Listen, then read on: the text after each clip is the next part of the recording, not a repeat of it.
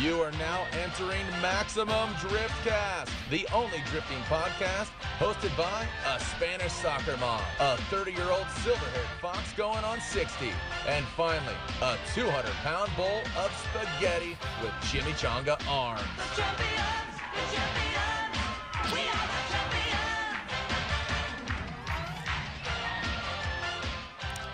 And hi, guys. We're back for another round, another battle. It's our rounds now. Oh, this is rounds. It's a one more time. We're actually on our 160th round. I feel like we're on our 160th round. How many? 15th? 115th round? 60. So we're on our 115th round. I stopped counting at the 100. Yeah. I'm surprised we made it that far, but we did. Yeah. Welcome to Maximum Driftcast. I'm one of your hosts, Corey Hosford, and we're sitting right next to... Do you remember this one? Hey, Paco. Sitting next to Paco. Paco. I was going to try to think of something different for an opener, but that's the best I came up with. It's so good. We don't have Sam. We can do whatever we want. Yeah, I want to let you guys know we don't have Sam. I guess he ended up having to go into a doctor's appointment. He ended up smurfing too many Tide Pods over the weekend, so I guess his butt was kind of sore, and he had to call out this episode. So guess what? You're stuck with Sam in urgent care with Tide Pods in his butt. Yep. And he got me and Paco. I heard his farts throw bubbles. Yeah, now it is, and it's very like Irish Springy. But yeah. So anyway, Sam's out, you guys. So it's going to be myself and Paco with you got big balls over there, always in the back on in the the ones control and twos. room. And that's when we wish we had a reggae horn where big balls. He usually makes that cat noise that's like so realistic that it gets like, what the fuck was the cat? But I always envisioned Brian being like this big Jamaican DJ. And he's getting dude. Look at his hair. He's so long. Like he could totally pull the dreads. Yeah, man. By the beach, by yeah, man. So Paco, if you guys didn't see our Instagram this weekend, we had Sam out in Hyperfest this weekend. More like Wiperfest. Wiperfest, yeah, definitely looked like the guys got a lot of rain, and so Sam was out there doing some video stuff with RS and doing a couple other projects, I guess. And from watching the Instagram that he was uploading on our page, it looked like it was a combination of a lot of rain. Once the rain stopped, it was a lot of driving. Yeah, so it looked pretty freaking awesome. Yeah, it was like a lot of fun. Yeah, I've been to Hyperfest once, and it was definitely one of the coolest events I've ever been into. And obviously, Brian Eggert, he's going to be one of the guests later today. He put all of his efforts into this event. You know, he was known for running multiple ProAm series events over the years, and now he put all his energy into one event. So basically, to sum it up, running one Hyperfest, which I believe is a 2-day event, and we'll get clarification on that, you can enter the drift competition. Yeah, that USDrift through USDrift Shootout. And it's basically one event, and after that event, you can be winning your Pro 2 license. The podium, all 3 podiums get a license. So this is definitely the first of its kind. It's kind of interesting because we've kind of had a debate about this before we got on the show, and does this mean Pro-Am is changing again? You know, where is it going? You know, you have this guy, instead of running 4 rounds throughout the year, he runs one massive big blowout event, which gets tons of attendance. You know, Hyperfest has tons of attendance, and it's a cool way to get your license because you have literally tens of thousands of people there to spectate you as you're doing competition. And he changed the format, so we'll get some information. We'll get to that. Yep, for sure. So that's where Sam was at. And Paco, where the heck were you? I was in Colorado. Oh, that's fun. So, funny thing, you know, I was like, ha ha ha, Hyperfest. You know, they're getting rain. Hyperfest, making jokes. So I went to Colorado with Vegas Drift for the round 2 of Southwest Drift Series Pro-Am. And they invited me to be a judge, which, by the way, that was an incredible experience. I learned a lot. I was co-judge together with George Marstanovic, the lumberjack, and Joe Tardif, who's one of he's a spotter for Forrest Wang, and he's also a licensed driver. He just decided just to party instead of going, well, I mean, party, but still be involved in professional drifting. And I learned a lot from them. I mean, it definitely helped me a lot to understand how judging works and what, all the things you have to go through in order to be fair and to be, you know, like, even if your friends are running, you can't just, oh, it's my buddy, I'm going to give him the win. Right. But unfortunately, during the half of the competition, it started raining as well, and it was crazy cold and windy, and we were freezing our asses off. And obviously the track was wet. A lot of the drivers had to do, you know, their recognition laps, or whatever they call them, reconnaissance laps, to figure out how wet the track it was. So it was kind of slow, and then some people were spinning. And as much as we wanted just to give somebody the win and leave, there was a lot of one more times, and we were like, "Oh my God, we have to do it one more time." But you know what? We have to be fair. So it was very interesting. I mean, it was pretty cool. We saw Tony Chart, Arizona kid. He did great on his new car. He finished 3rd. Then we had Steve Mass on his Fox Body Mustang, which it looks funny because it's like very long and it's convertible. Looks like a soap bar. Nice. He's got a huge wing. It looks pretty cool. He was pretty stylish, actually. He finished 2nd, and Blaze Potts and his RX-7 finished 1st. So congratulations. And I think that puts Tony Chart in first place in points. Awesome. So yeah, that was fun. Yeah, I've done. I judged quite a few Nick Vegas Drift events, and it's fun. It definitely puts you in a different perspective. But what do you think was the hardest part? Like, what was it that you liked? Didn't like? Was it easy? Did a lot of people ask you questions? Like, what was it? Well, in qualifying, I was assigned to judge angle. Okay. So the way I did it is pretty much everybody by default had the full points. Right. And every time they wobble or they did adjustments, I would start like drawing a line, like, and every line had a deduction value. So if they had like a bad angle, like a lot of wobbling, I'd start putting more and more lines, and I would deduct 2 points per line, give them a certain score after that. I trying to pay more attention to that. I didn't pay enough attention to see if they were filling their the out zones or their clipping points correctly. So when they try to come up me asking me for, hey, so what pointers can I give me? I was like, well, let's ask George or Joe. Well, that's kind of the whole idea, right? Yeah. So you're only honed in on one thing. Yeah. And, but that was just in qualifying. Yeah, absolutely. And when it came to competition battle, actually, it was definitely who's doing everything better overall. Right. There was just a couple runs where I thought like we had split decisions, and I was the one who deferred from George and Joe. So I guess that just defines that they're more experienced at judging, and they saw something that I didn't. But at the end of the day, I mean, I think it went great, and everybody seemed happy with the judging. So definitely an interesting experience, and I will do it again if I was asked to. Yeah. How was it being out in Colorado? That track's pretty cool though. PPIR. So the place is awesome. It's like world class quality of a racetrack. I mean, that's like almost like Texas, you know. Like, well, I mean, like the oval. But it was great. I would love to go again for sure. And we have aliens he calling. seems like an alien is what is Experience and Oh, whoa! oh, That's kind of a surprise. I think I heard myself. Paco, he's in the oh, speaking hey! of judging. Hey, Hello there. Who's this man speaking on the screen? it's funny that as soon as we start talking about judging, Brian calls you. Yeah, he totally called us. Totally called you. And I think the reason he called you was because Paco needs some help. Yeah, I need to learn how to be a better judge. So, what are your pointers? Ryan? Oh, now look at that. Now you can't hear him. He's having a full system meltdown. So this is typical once again on the Maximum Driftcast. So let's see. Hello, Brian? I mean Ryan. nice try there, Paco. There you go. Oh wow, it works perfectly. So he can't hear us. Okay. First of all, we'd like to welcome Canada to the building. Hello, Canada. We appreciate you. I appreciate being here. Thank you. So, anyways, Paco judged his first event this weekend, and what? I've just been hearing all about it. It's pretty exciting. Oh, Yeah. nice. Paco, how did you enjoy that position? It was some pressure. There was a lot of my friends and sponsor drivers driving. Yep. So it was like giving like a little bit of extra pressure, trying not to look biased.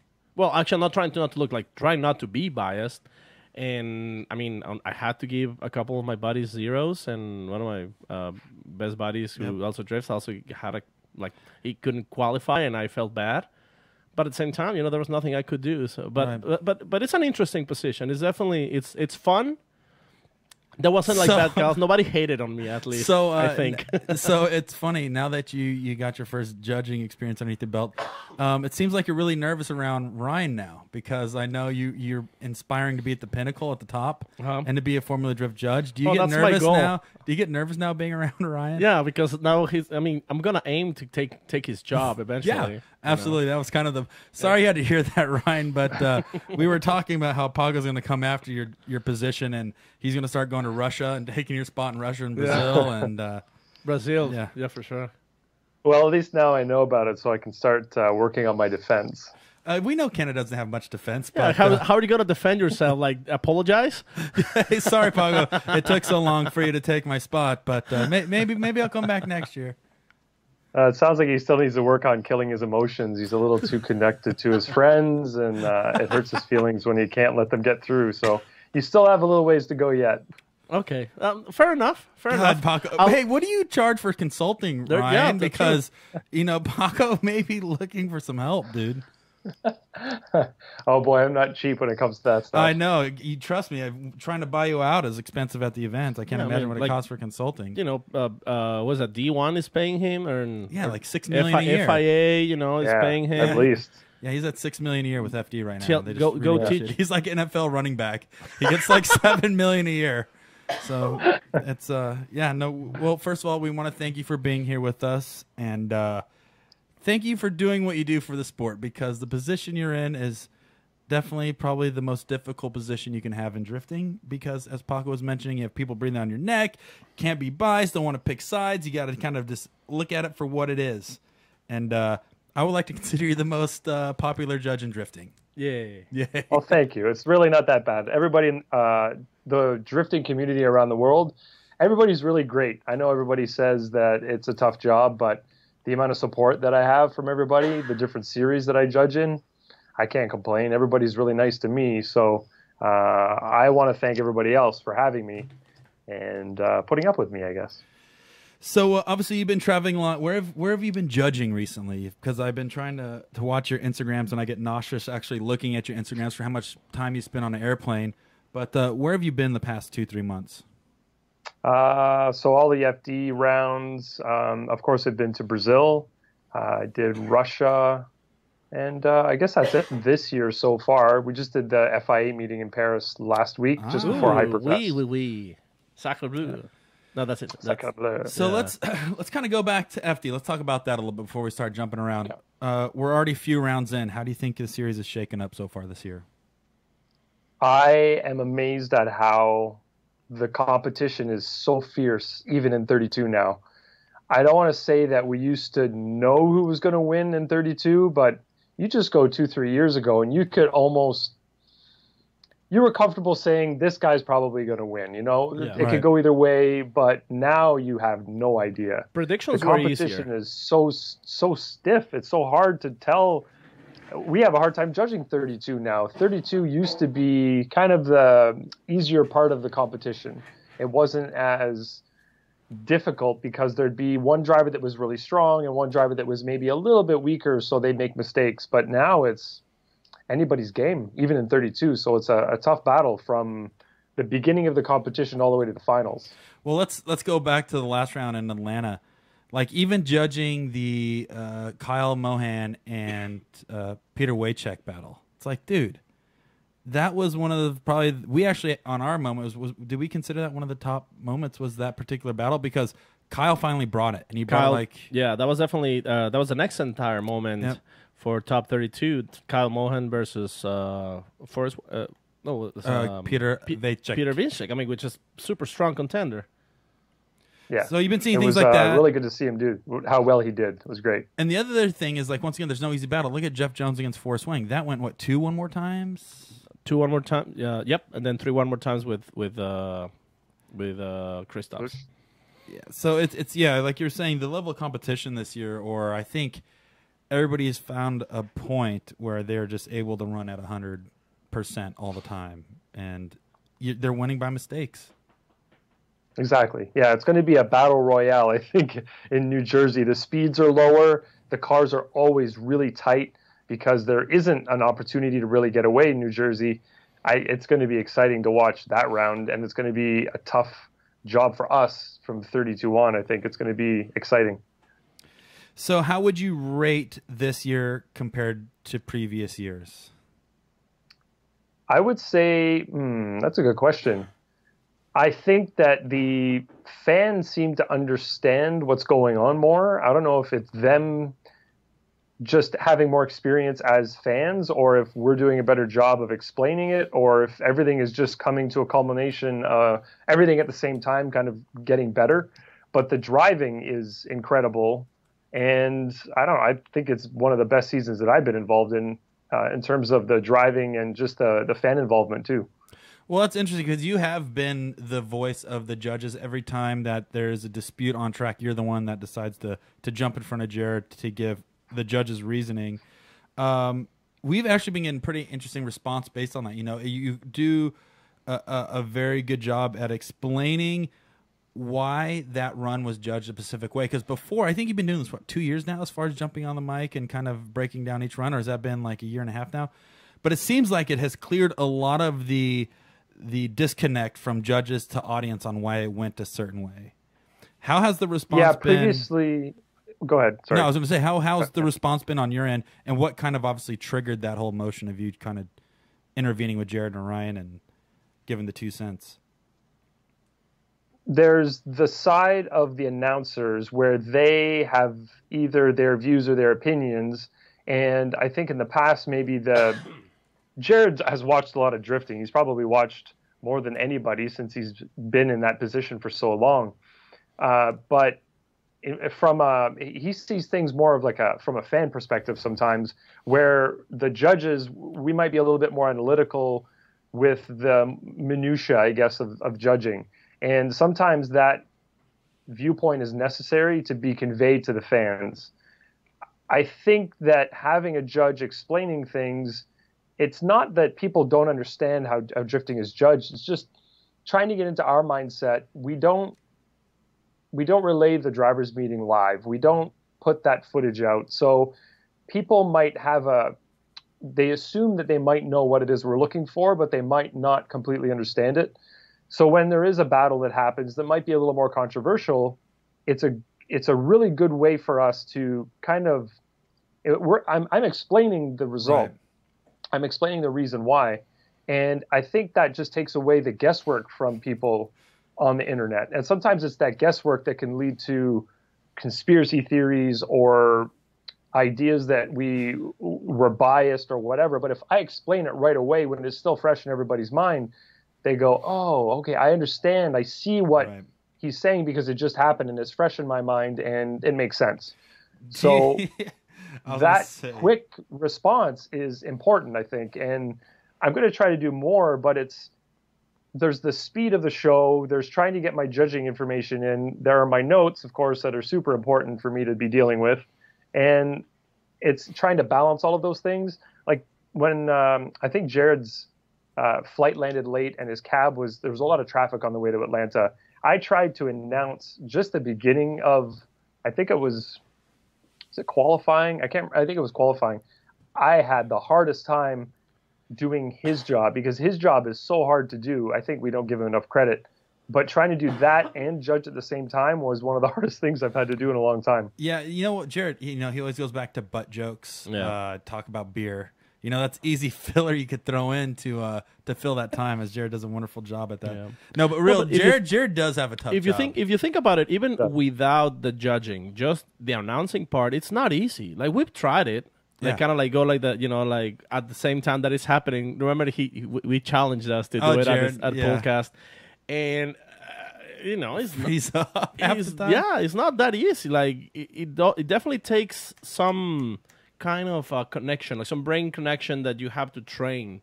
Like to break down what's happening at the exact same time. It's almost like lifetime translation. Well, think about the run that stands out to my mind, going back to Jarod announcing and how difficult it is. Let's go back to the Mad Mike run where he does like this gnarly reverse entry in Atlanta, and Jared's like, "Ooh, kind of washy," and the internet just tore Jarod apart as like the best run. Not the prettiest. Not the prettiest. That wasn't the prettiest, and then the internet just totally went crazy on it. No, Jarod, that was the prettiest. He's reacting immediately and doesn't have time to separate it. Yeah, and he's also not seeing the comments in real life. We should try to find the audio if there's any audio of Ryan announcing. Was that on top 30 on qualifying for Pro 2? I don't even remember. I think he I was blacks so out panicked when he at gets the on the time. microphone. I blacked out. I don't remember what was happening. I woke up and I'm still judging. All right, everything's good. Yeah. I have notes written. Everything's all right. Yeah, we actually call that a full brownout. You browned out. So we got to keep you off that mic. We can't have any of the judges browning out anymore. No. But it's interesting because you've been judging with Formula Drift for how long now? 6, 7 years? 8 years? 2011 was my first year. Great. That's why I didn't do so good. Bring a new guy in and screws everything up, Who was there before? Well, the 2011, that was Tony Angelo, right? But Did you replace Angelo? I thought it was. No, I replaced Ernie Fixmer. Oh, Ryan replaced Tony Angelo the next year. Yeah, 2012. Gotcha. Which, by the way, I heard Ernie is putting an R34 car is coming back to Formula Drift. Yeah, I've heard the same. It's supposed to be happening. Just rumor mill. We'll see. He's posting it on his personal page. I don't think it's too much of a secret. Yeah. Well, I guess. I mean, it's just like Ryan just blew the cover on that. Yeah. All right. Heard it first. Heard it first from Ryan Lanteigne. You can just go to Ernie's Instagram and see an R33 or 4, whatever it is. So real quick, that's interesting. 2011, you started. For me, I got to tell you, as a driver, I had a hard time adapting to your judging style. That's what it was. But you were coming. He from showed up on the first judging, couple right? of he comes up the first couple of events. He wore an eye patch. He's only judging with one eye half the time. And then I caught him the other times really wasted. So I just speaking Canadian. Speaking to me in Canadian. I don't understand how to speak Canadian. So that's what really threw me off. But now I feel like I'm part of you. I feel like I see you enough now. We are on the same page, you and I. Yeah, so I'm ready. I'm ready to give it another whack here soon, hopefully. And I've learned your ways. But one thing I'm waiting for you to return, and you're just not returning. So this is on you. I've been studying you guys. See, the thing is, I've been taking a 1.5 to 2 year hiatus to study you guys. So this is actually a scientific experiment I'm doing, and it's just something that I'm doing to develop myself as a driver. And you may find it funny. Your official response? I see you find it very funny, Ryan, and I'm taking some small offense to that. So I do want to bring something up because I know you being the most popular judge in the world, you have a lot of weight on your shoulders. You have to innovate. You're an innovator. I see you as being somebody very creative, and now I've seen this Instagram floating around for a little bit of you wearing a driver's suit. Oh yeah, What is the story with you in your new driving suit? I should have wore it tonight. Damn it, I that was wish an you opportunity that I definitely missed. So the driver's suit came up. Actually, what was that? 2 seasons ago, we started talking about me getting into cars to go for rides. And actually, no, wait, that was 3 years ago. I actually started going for rides, and I got turned down more than I was allowed in cars, and it hurt my feelings a lot. So I stopped trying to get in cars. I don't know what happened at that point. Oh yeah, that's not the suit at all. Well, we just want to show you. We just want to we want to bring that feeling of you being on the podium. We want to see if we can rekindle that to you live on the air. You can see how great that feeling was. I had a thumb ring on back then, so that's how far back we're going. You can see it in that picture. You had a thumb ring on. So Chris Angel was one of your big inspirations back then. Yeah, he was one of my sponsors. Hey, Brian, can you show that thumb ring? Oh, wow. It's there. That is see it? beautiful. Right there. So is actually what you're doing is you weren't putting a fist up in victory. You're putting a fist up and showing the thumb ring. Like So show. look cool at I I am. got I a have a thumb ring on my ring. thumb. Yeah, that's awesome, dude. But you that got was- this racing suit now, and I wish it was as glorious as what you were wearing there. But you are now going for ride-alongs at each track. I am. So now it's actually in the rule book, so the drivers can't turn me down. A few years ago when I first started trying to do this, I didn't have a suit. I would just show up with a helmet and say, hey, can I get a ride? And everybody would say no.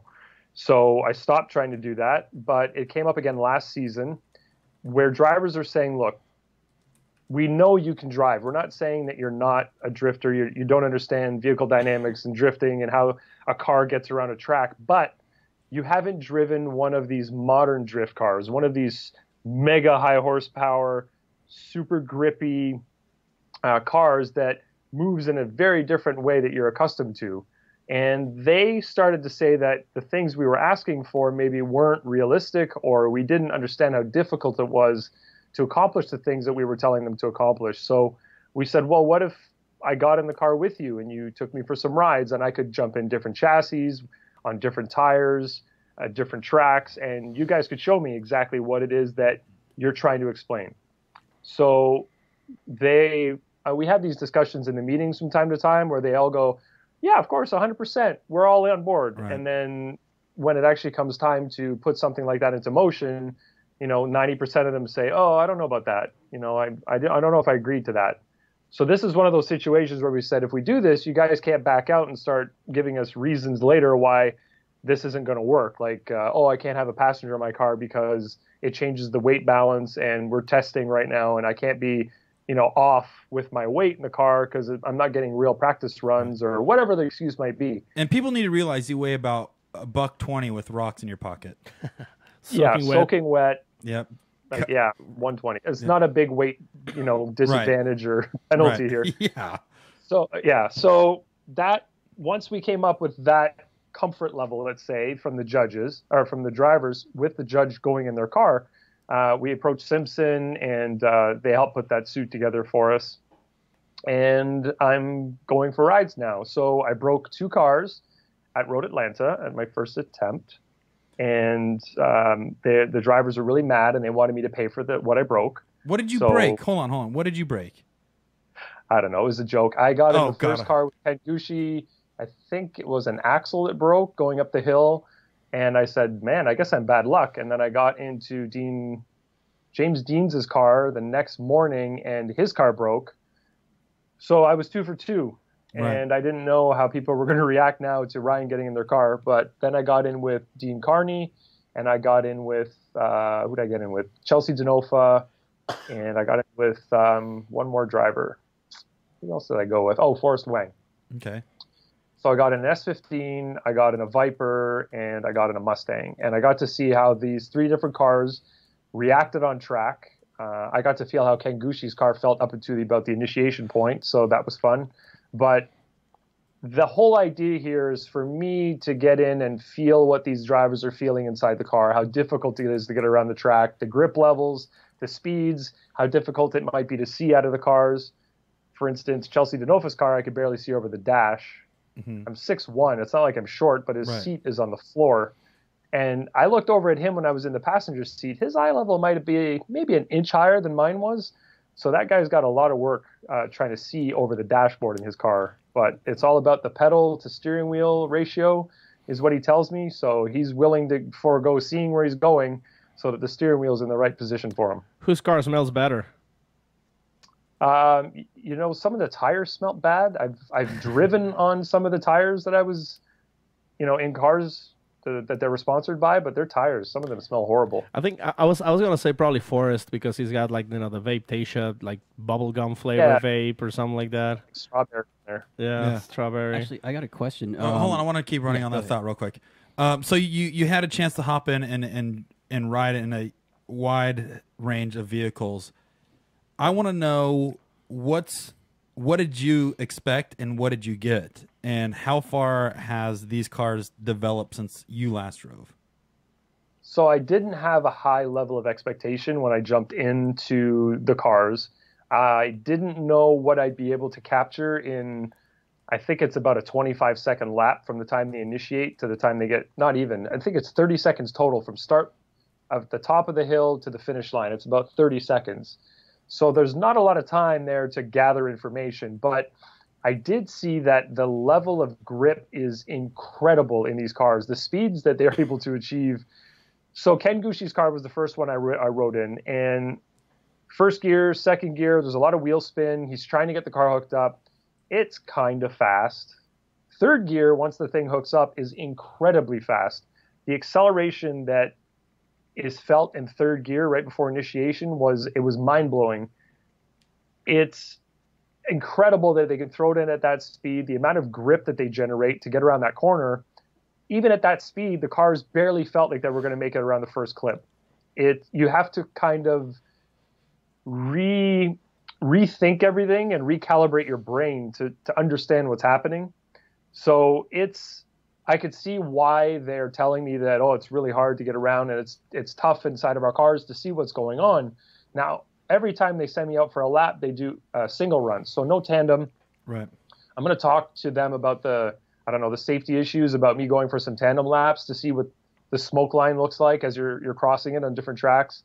That's something else that always comes up from the drivers. So you can imagine, you can watch in-car videos, but when you're in the car yourself and you start experiencing these things, that's when you truly understand. But I definitely have a much higher level of respect. Not that I didn't before, but it's so much more than me driving my stupid missile car at Ebisu. It's got nothing to do with that at all. Right. It's on a whole other level. When Gittin says these things are like 9-second drag cars going sideways around a track, he's not kidding. They're incredibly fast. The drivers are so skilled and talented. How quick they're able to react to what's going on. If you picture your 300-400 horsepower car going around a little track, you got to be a little bit quicker than the average driver, but these guys are 10 times more than that. They just make it look so easy. And they do, too. That's the other thing. Yeah. And like I said, I could barely see out of a couple of these cars. And I know the driver's eye level, was almost the same as mine, and they're getting around the track. So when they say we need higher clipping points, taller clipping points, I understand it, to try to see over the hood on the car, basically. So I have two questions here. What was the two cars that you rode in that had the biggest difference in performance or in handling? Obviously, you went from an FRS to the twin-turboed Viper to the potentially the best S15 in drifting. How did each characteristic feel different of each car? So the Mustang felt the grippiest, I would say. It felt like Chelsea had to fight harder to keep it sideways, I guess, around the track. The Viper, I think he was on his second lap on that set of tires? And by the end, he came out of the horseshoe and he upshifted twice, just as he exited the horseshoe, because he didn't have any traction left. He thought, well, if I go to a higher gear, a little bit less wheel speed, I can, not floor the throttle, basically, because he had no traction left, no grip left in the tires. That's how destroyed those tires were after the second lap. And then the 15, I think, felt the loosest, and I'm talking about Forrest Wang's 15 here, while being very calm behind the wheel. They were all calm, but he just felt more so, I guess. More chill. Yeah.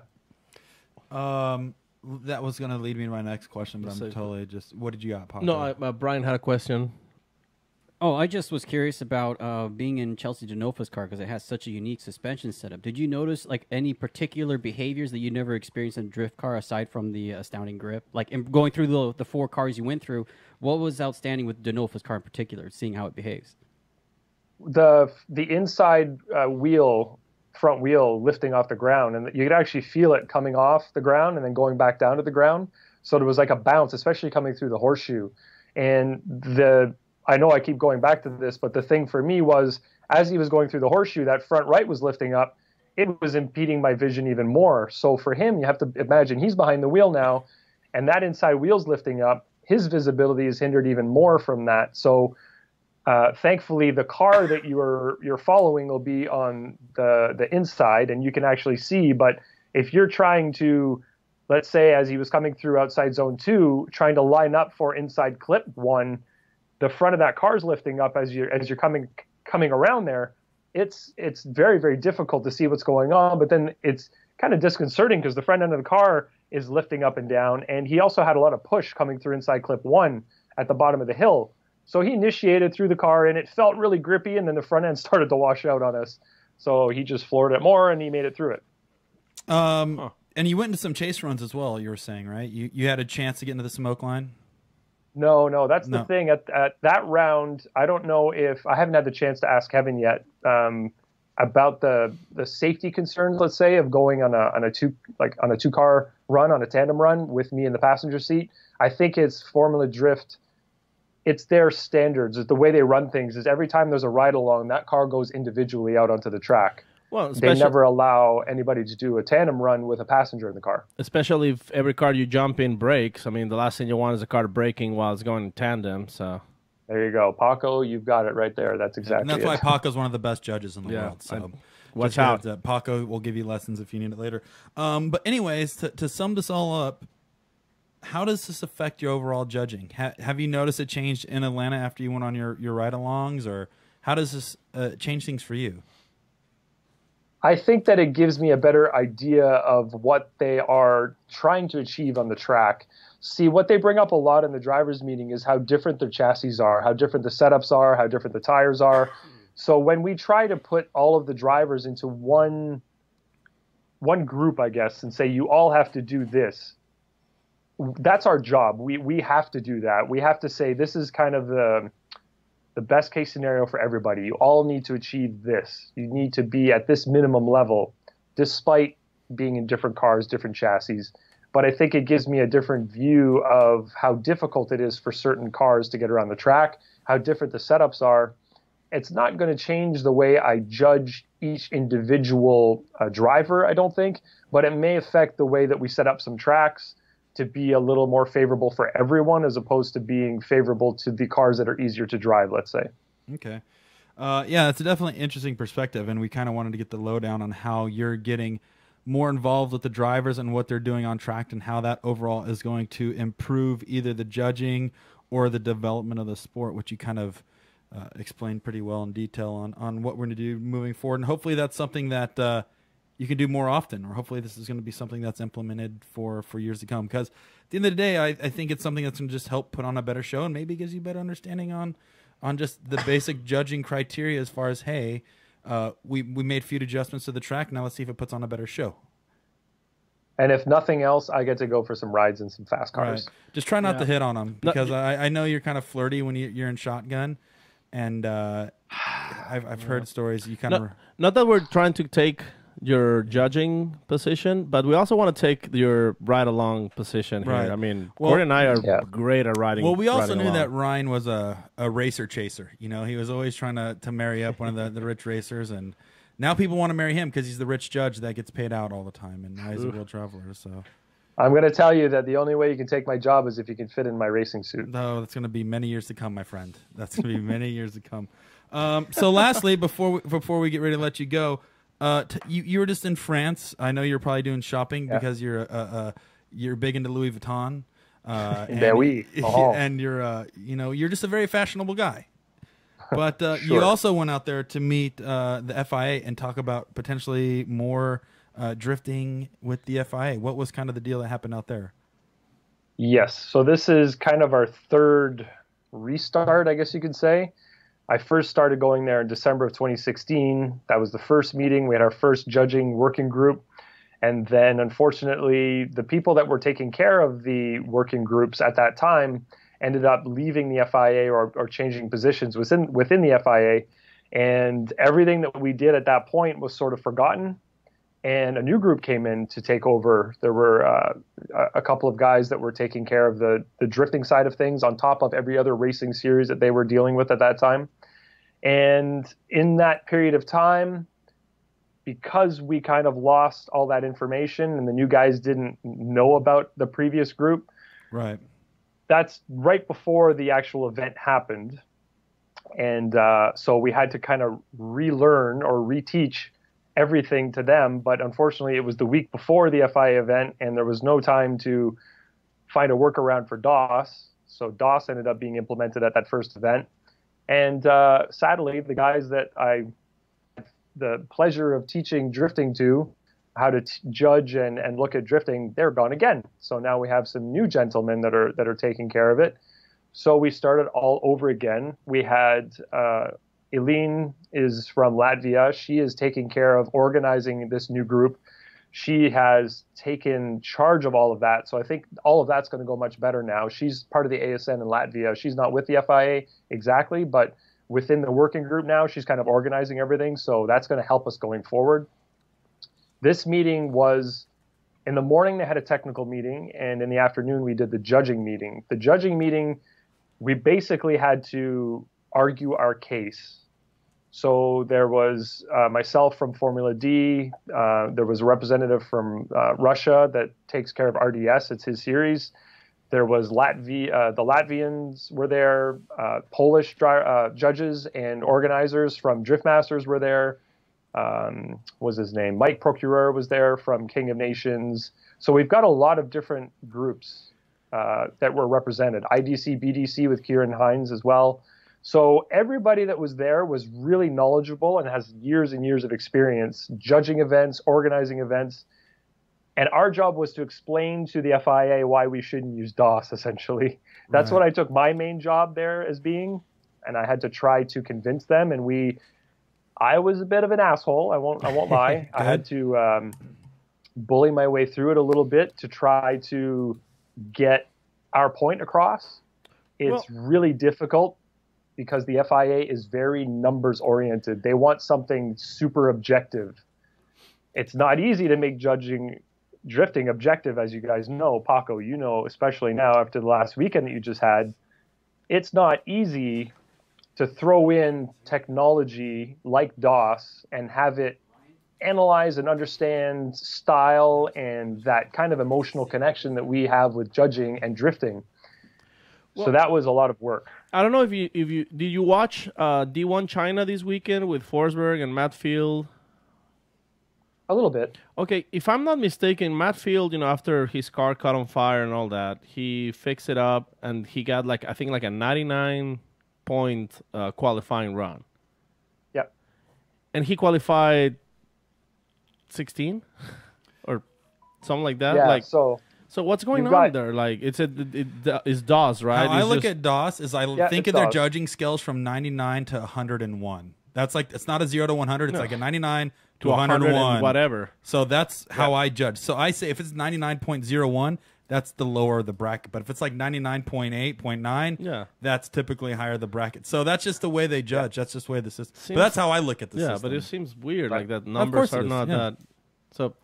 Yeah, so you guys remember when I was on talking about the FIA system, the DOS system at the FIA event, how it works?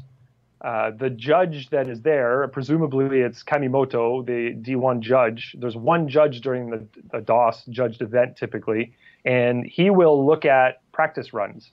And as he's watching practice runs, he's going to write down notes. He's going to say, let's say the run from Chris Forsberg at 3:21 p.m., the zone 1 was ideal from him. And then he'll say, Matt Field's run from 3:33 p.m., zone 4, that was ideal. And then he'll do that with 5 or 6 different drivers, or maybe one run that he really likes. He'll tell that to the DOS guy, I guess, programmer, if that's what you want to call him. We call him the DOS guy. And then the DOS dude, Yeah, the DOS. the DOS god, I don't know. Yeah, no, it's He good. will then make that the 100-point qualifying run. He can either, like I say, piece together sectors from certain drivers or one full run and make that the 100-point run. And then as drivers go through in qualifying, if they surpass in whatever sector, let's say sector 1 is worth 30 points, that 100-point run in that one section is worth 30 points. Let's say the driver does a little bit better than that and gets a 31 in that sector and maxes out every other sector, then that means he got 101 points. So that's where you can get over 100 points. It's like a percentage thing, I guess. Yeah. It Yeah. gets complicated. Yeah, I think it's called the DilDOS. Actually, is what it's called. That's I could support that. No, I just did a Wikipedia on it, and the DilDOS is Okay. what came up. Yeah. So what does it sound like? Did you get an idea on dates or where they're going, or what's the plan on returning? Are you talking about the FIA, next FIA the next event? FIA Drift, Yeah. Haagen-Dazs. The next FIA event has already been scheduled. It's the weekend of SEMA, Oh, perfect. which is super convenient. Yep, same thing as for last everybody. year. Great. Yeah. And it's going to be in Odaiba again, the same parking lot. It's going to be, right now on paper, they have the traditional D1 layout. So it won't be that super short run-up. It'll be the longer run-up to initiation with one transition and 2 corners, essentially. So they learned a lot. They learned a lot from last year. So much. We're fighting really hard in that meeting. I just put together a big proposal. So we fought with a lot of the FIA guys about what judging should be in drifting overall, especially in the FIA. Clearly, that's what we're there for. And to be honest with you, we had an hour-and-a-half discussion about speed right off the bat. That was the first hour and a half of the talk, was just us trying to say we shouldn't have speed and them saying we should have speed. It was really painful. Wow. So Who won? once we got that out of the way, well, I think for now we won, if you'd like to say that. We put together, I guess it's kind of based on the FD judging system. I've judged in Russia with the FD judging system they took over, Brazil, Latvia. So a lot of the people that were there already use the FD style judging system. They might have tweaked things like maybe a little bit more for line instead of 40 points for style. They give 40 points for line. Little things like that they've changed. But they overall, most of them use the FD judging system minus I guess it's the King of Europe and King of Nations and all that. Mm-hmm. So everybody was kind of on the side of we should use the FD style system and then adapt some little changes here and there. And we all came to agreement to do that. But I'm going to put together this proposal, which I've done. I'm going to send it in to the FIA guys. They're going to propose it to the drifting working group, which is above the judging working group. They have to approve it. Once it gets approved there, it has to go to the World Motorsports Council in June, I believe, and they have to vote on it and approve it as well. So we're not out of the woods yet with this. So far, we think that we're going to be using an FD-style system with a couple of little changes, but it all has to be approved, and who knows what's going to happen with that. Well, you can send us a proposal as well, and we will approve it for sure. Yeah. I know. I'm sure you will. We'll I do know. something. You know the guy that runs it. It's Richard FIA. It's actually FIA. Mr. I FIA. can reach Dick FIA and let him know FIA. that your proposal's ready to go. So Yep. we can The expedite thing that. is, even with all of this, the guy from FIA, his name is Jacques. He's a I very was way smart off. guy. I was way off. I know, Jacques, he's French. He is super numbers oriented. He was up there was a blackboard up in front, a whiteboard really. He's up there writing equations, trying to figure out how to set up DOS to judge everything. And we're trying to explain to him that that's not the right way to go about this. We don't care about numbers. The average drift fan isn't going to care or understand what's going on. He lost me anyway. I was feeling like I was back in high school looking at matrices and things up on the board. And it was a little bit confusing. And I said, I'm confused right now, and I'm a drift judge. I don't even know what you're talking about up there. So this isn't really the right way to go. Even if we implement a human judging system for this year. He wants to have DOS running in the background, and if DOS is up to or close to 80% accurate based on what we're judging, then he says that we're basically useless up there as human beings. Yep. I really picture this going down like, you know, when you sit down with your grandparents and you show them a computer for the first time and they don't know what's happening. That's what I picture you explaining judging to this old Jacques Richard FIA gentleman. Yeah. And then the D1 guys, we try to say we want to have line as one of the criteria. We think it's very, very important to have line. And the D1 guys were against having line. They didn't think that was a good idea. As you know, DOS doesn't judge line. Line is irrelevant, essentially. Right. The judge that's there can -1 now and then if a driver drops a tire, but it's typically just the lead driver. The chase driver can do whatever he has to do to maintain proximity. So it's a very different mentality, the D1 system, from the rest of the world, essentially. So it's really hard to try to convince them to look at things in a different light. And like I said, an hour and a half just to discuss speed, it was it was a little painful in the beginning. Well, I think you, by having this discussion, is going to draw a larger crowd to watch it. Yeah. We're going to watch it now based on the way you described it. But, you know, that was our biggest complaint last year. It wasn't run right. We talking to the guys that driven, Essa, Odie, Field, they didn't seem very pleased by the event, and we were hoping that there would be a change this year. But let's see where this goes. Let's just see what happens. And hopefully this proposal that you're putting together really works its way up the FIA We'll have ladder. Ryan back with an update. For sure, get you back. But we have some questions for you. Just shoot two, Adam. Before you let you go, like we'll get two fan questions. Quick questions right here before you go into the darkness of the Canadian world. Username Pat Gentily. Ryan, must you break every car you ride in? Oh, he kind of answered that. But yeah, I broke 2 of 6. I guess it was. Good. Was it? Yeah, 2 of 6. So that's my score so far. Good. Hey, last question. This is from Conspire. I've never heard of this guy. Conspire. He seems like a jerk. He just wants to know, how many records do you own? A lot. I have 800. Is that what's behind you, or is that like Motor Trend magazines? No, those are all his. These are car magazines. Oh, I thought those were Play Dudes. Yeah, there's a bunch of Play Dudes behind around. Like Carnviver and car magazines. That's a French one up there. Ooh. Two sur l'auto. See, right there. Yeah, Two sur l'autos. Yeah. Renault, Peugeot, Citroën. Good job. Perfecto. Well, Ryan, thank you for your time. We're actually going to call another judge because he might know some more than you, and then we're probably going to pick his brain a little bit. But thank you again for everything that you do. You're a nice lad. You're a very nice gentleman. Like I say, you dress really well, and smells good. You smell great. And you know what? I hope to see you in New Jersey in the next week or two. I hope to see you on the track eventually, sir. Maybe we will drive together one day, and that's going to be us driving off into the sunset. Maybe I can get in the passenger seat with you. No, he's going to break his car. Yeah, you're going to break my car. No. I'm not going to allow that. Ain't happening.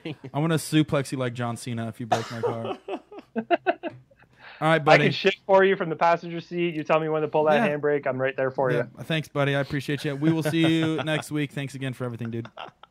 All right. Have a good night, fellas. See ya. Let Ryan. Mwah. Oh, that was for you. I just ate it.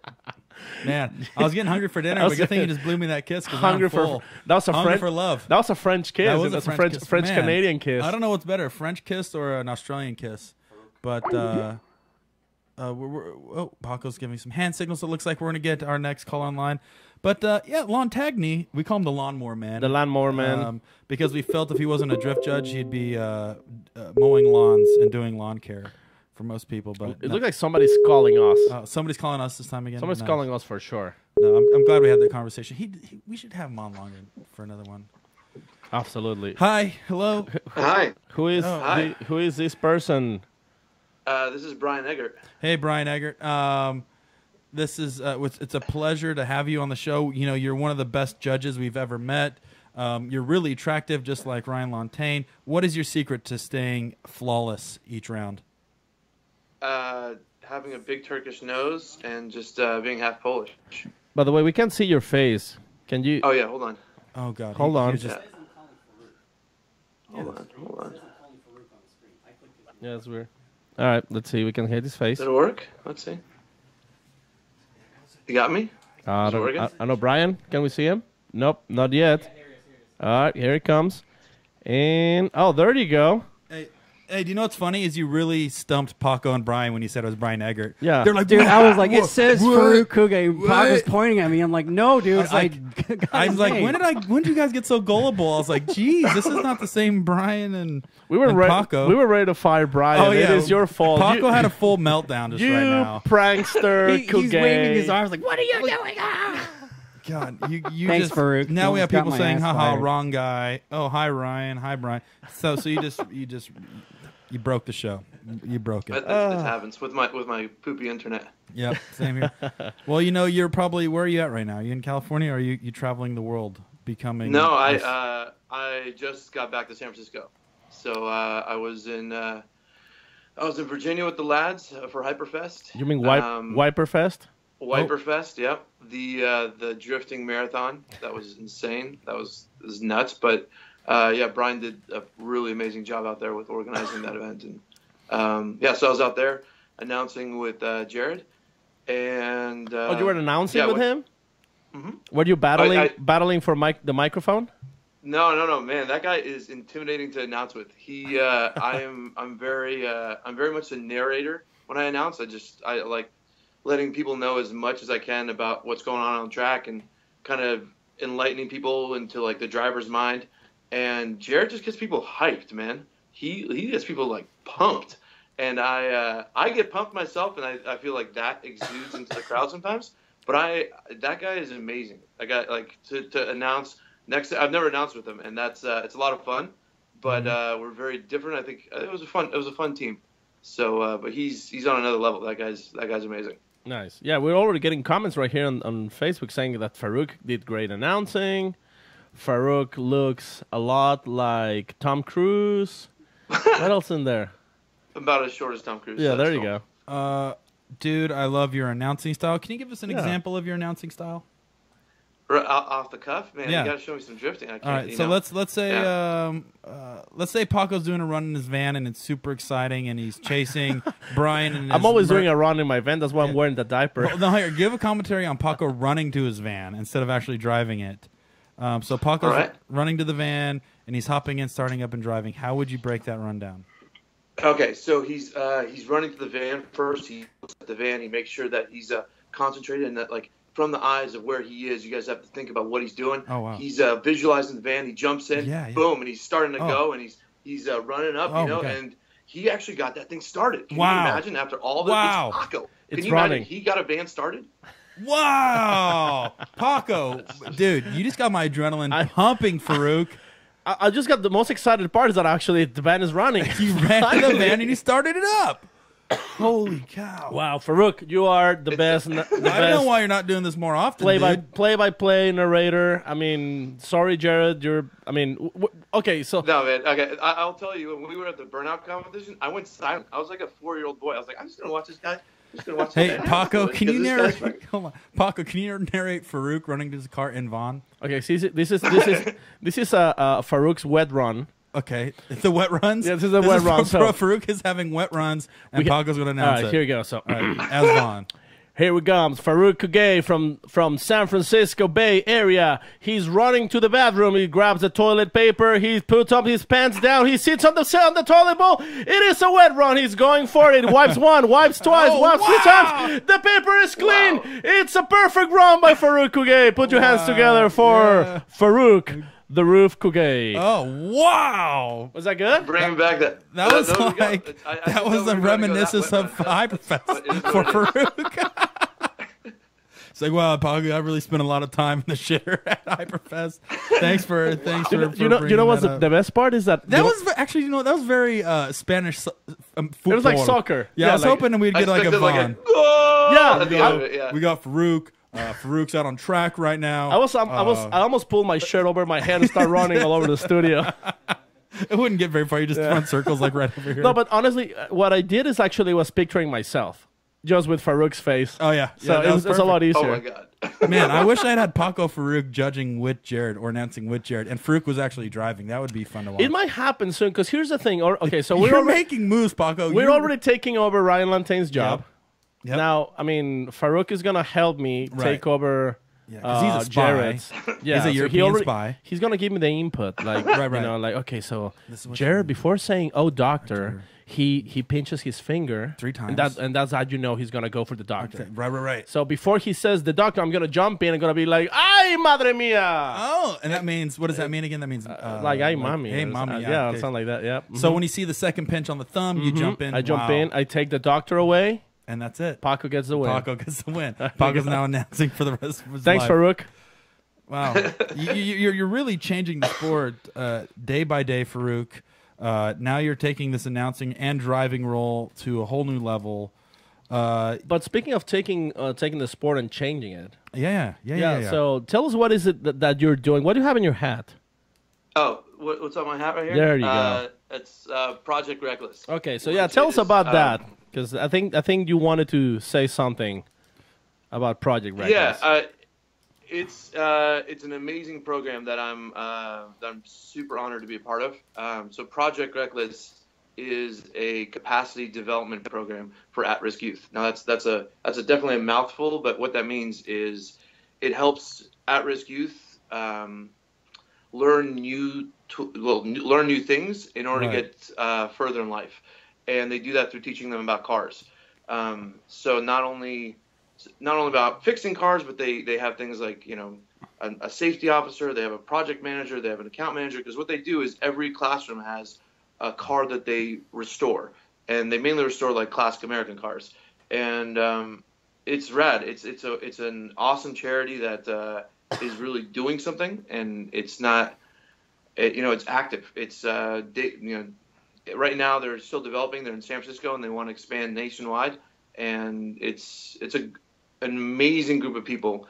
And I first got to know about them as a fan of theirs, and I just wanted to be around it. I loved it, and then we started developing a racing side of it. And Reckless Racing is essentially an extension of Project Wreckless. And one of the youth is actually attending the races and learning what the competitive world of racing is like. And I mean, this year is in my own program is an example for the kid, and also for the rest of the kids in the program, where we've had some pretty crazy failures in round 2 and round 3, where we've been blindsided, and we just keep pushing, and hopefully this teaches the kids some lessons, and teaches me some lessons too, probably. Right. But so that's just that's Project Wreckless. That's what it is. It's interesting because as motorsports is growing, and especially with drifting kind of taking off as it has over the past 15 years here in the United States, we always as drivers look at resources as far as how can I get more involvement in the sport outside of what's already in the motorsport, right? And that's when you see more unique brands coming in. Back in the day, you look at drifting when it first started, 2005, 2006-ish, you would see the typical car brands. You would see ECU companies, and you would see wheel companies. And at the time, they were looking to get that media and that marketing, and they had budget at that point. But now when there's 5,000, 10,000 drifters in the United States, 30,000, 50,000 drifters in the United States, that budget that they have gets thinner. And it's looking also wider at different opportunities or what else you can do to start exposing new brands to the sport, which is very interesting. You look at Matt Field, he has Wish on his car. That's a non-relative automotive brand that is supporting his project. And with Wreckless, obviously we all use working on cars as therapy at some point, except for me. I'm just terrible working at cars and causing me more frustration than anything. But it's a therapy for people. You know what I mean? Chris Forsberg's a prime example for that. Even when I used to go out to Maryland and spend time with Chris at the shop, he would get up and he'd be all chipper and like, I can't wait to work on my car. Yeah. And I'm just like, I don't even want to go to the shop with you, dude. Like, you can have fun with those guys. Yeah. But it's a passion for a lot of people, and it's just a way to vent, I guess. Yeah, what do you think? Like, for example, like imagine like how like a lot of drivers they struggle trying to get a whole crew, for their pits, and maybe you can recruit one of these guys, to show them the experience of being part of a drifting crew, and like obviously, I mean, and I don't know, I mean, I guess like they get this experience for free, right? I mean, is that how Wreckless works? Absolutely. That's it's all the tools they need to succeed are there at their disposal. Yeah. So maybe for example, one of these kids who are on Reckless, they want to know what it's. They want to eventually become a pit or mechanic, crew, whatever. Right. Maybe that's something Well, that they can. Like I said, one of the kids is actually coming to the rounds with us now. Awesome. Oh, there you go. Okay, so there you go. I mean, you should have said that first, Faruk. I'm here like trying to like my brain's trying to come up with ideas, and you're like, yeah, no, that's what we do bring it with already. us on the road. Yeah. Thanks, Faruk. No, it's we get a lot of people that want to help with this too. I mean, I just saw in one of the comments that somebody wish they had this down in South Carolina, and it's kind of like if you are into this idea, I mean, without plugging it too hard, visit the website and you can be involved. Like we're growing quickly, and I think I mean, for instance, on let me put it this way: the way that this organization is growing is insane. We have a fundraiser for Project Wreckless at the corner of Market and Van Ness in San Francisco on June 14th. And myself and Jeff Wolfson, who you guys might know, will be drifting actually in the streets. They're blocking off 12th Street right there, and we'll be drifting in the streets of San Francisco. There's going to be live music. And, I mean, people can donate money to ride with us. And all that money just goes straight to Project Wreckless. And this is the idea is that we create fun things for people to engage with, and also find ways to help people donate to the program. So that's what it's all about. So if somebody who likes the program and is just like a regular civilian, like Corey and I, what can people do to get involved? What is can they for example try to open their own let's say they're in Phoenix or they're in Texas, they can open their own how do you say their own franchise? It's not a franchise. What? No, it's not a franchise. Their own school or something. It hasn't gotten to that point yet. It's pretty new. It's a few years old in San Francisco right now, and that is hopefully in the horizon, and that's definitely what we want to develop into. But for now, the idea is that the classic cars are being restored. So if you've got something maybe in your backyard that you want to donate, if you want to donate time, if you're local, come help out with the program. Obviously, money's a big thing that's needed because this all takes, the tools and the parts and everything needs funding. And they try to get as close to being 100% charity. I don't know if everybody knows what that means, but the money that is donated all goes to the kid or to the program to help the kids.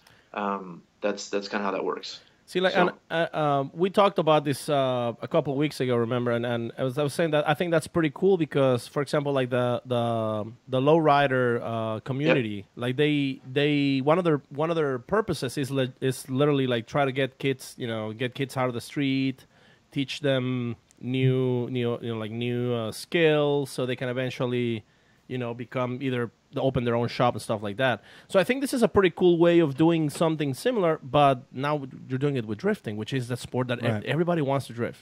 I mean, I don't think nobody has ever showed up to a drift event looking at it and say oh shit, I want to do burnouts. Well, it's slide my car. I think drifting is most obtainable by most people. It's not like you can watch a NASCAR and be like, I want to go start racing NASCAR tomorrow. You can go buy an S13 or a BMW or wheel drive car and go float around a parking lot. You know what I mean? So that's why I think it's so unique to have the two brands mesh that way, is because drifting is very obtainable for everybody. And it takes a very simple car to go out there and do it. And I think giving these kids the resources, they can go do that. So thank you for educating us on that, because it was very interesting. We saw you kind of, coming back. You're doing really, really well this year. And I think it all kind of meshes with what you're doing with your project. Thanks, man. I appreciate it. Having that a similar moral compass both in our team and in a sponsor, I don't know, just puts us in the right place mentally. But I saw a comment about Hyperfest, and commenting on that, kind of segueing to that. I mean, Brian will talk more about this, but it was so I don't know if you know the format, but it was a double elimination.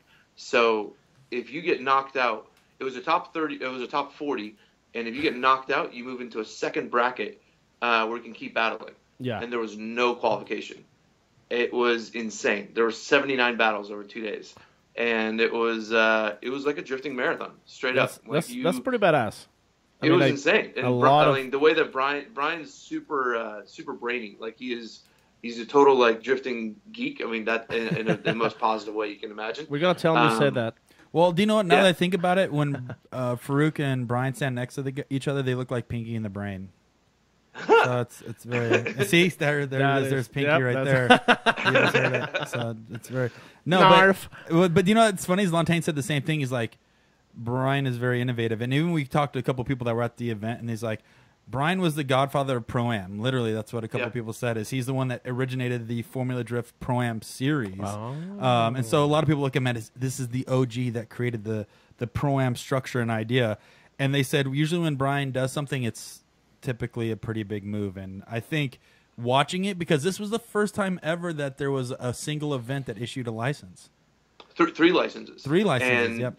the amount of battling but just like mental fortitude and mechanical fortitude that went on in order to get those cars to the final or the grand finale or whatever you want to call it is insane. I mean, the kid that won was 14 years old, and for people that don't know Sorensen, his whole family's behind him, and it's a pretty insane thing that they're doing. They're from Vegas and they're just traveling the country drifting. And yeah, it's pretty wild for him to. He actually went into the losers bracket and fought his way back up, and it was pretty cool to watch. It was very cool to be part of that whole vibe and situation. The driving on the East Coast is wild. Like that whole scene is based on camaraderie and the fun activities that they do at night.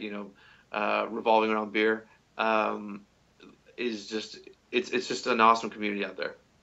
Yeah, I think Brian Eggert and Matt Petty really kind of evolved the whole East Coast atmosphere of drifting, and that's what you get. You get some of the best drivers in the world coming from there. Yep. Yeah. Nice. Well, I mean, before we let you go, a couple of real quick questions on the Instagram. Sure. Alika80. Faruk, is hot dog a sandwich? If prepared the right way, yeah, I'd say so. Okay. I mean, I think you would consider pita a sandwich too, right? Like, Oh wow, that's a Middle Eastern joke. I like that. That's good. I don't know. No, this place I get my pitas, they call them sandwiches. So you're saying, Do you say Yeah. shut just shut up. Don't make fun of that. Are we going to see you in New Jersey? Yep. So a lot of people have been wondering what happened to our car in Atlanta, and I'm sure you guys will talk to Christoph soon since he won in such a stellar fashion. But we are running a very similar prototype rear suspension to Christoph's, and my Oh. car around the track, even though he has about 50% more horsepower than I do. We're about half a second slow around the whole track, which is pretty awesome for being with developing new chassis. We're pretty proud of that. We went off track behind Christoph's. I left him a little. That's the catfish version of my car. yeah, that's the Let's not show that last one. year's. That's a bad. Let's Yeah, not go no. there. No, that's catfish. We're not doing catfish this year. Go to this. Find this year's photo. This year's photo is a lot better. But no. So the rear suspension. I went off track, and there's a drainage ditch now in Atlanta, and I cracked a Heim joint. Oh, there you go. See, There isn't you that go. much better? That's That's way a lot better. prettier. I Yep. miss your really inset wheels. I miss that. I Oh, remember thanks, bro. Yeah.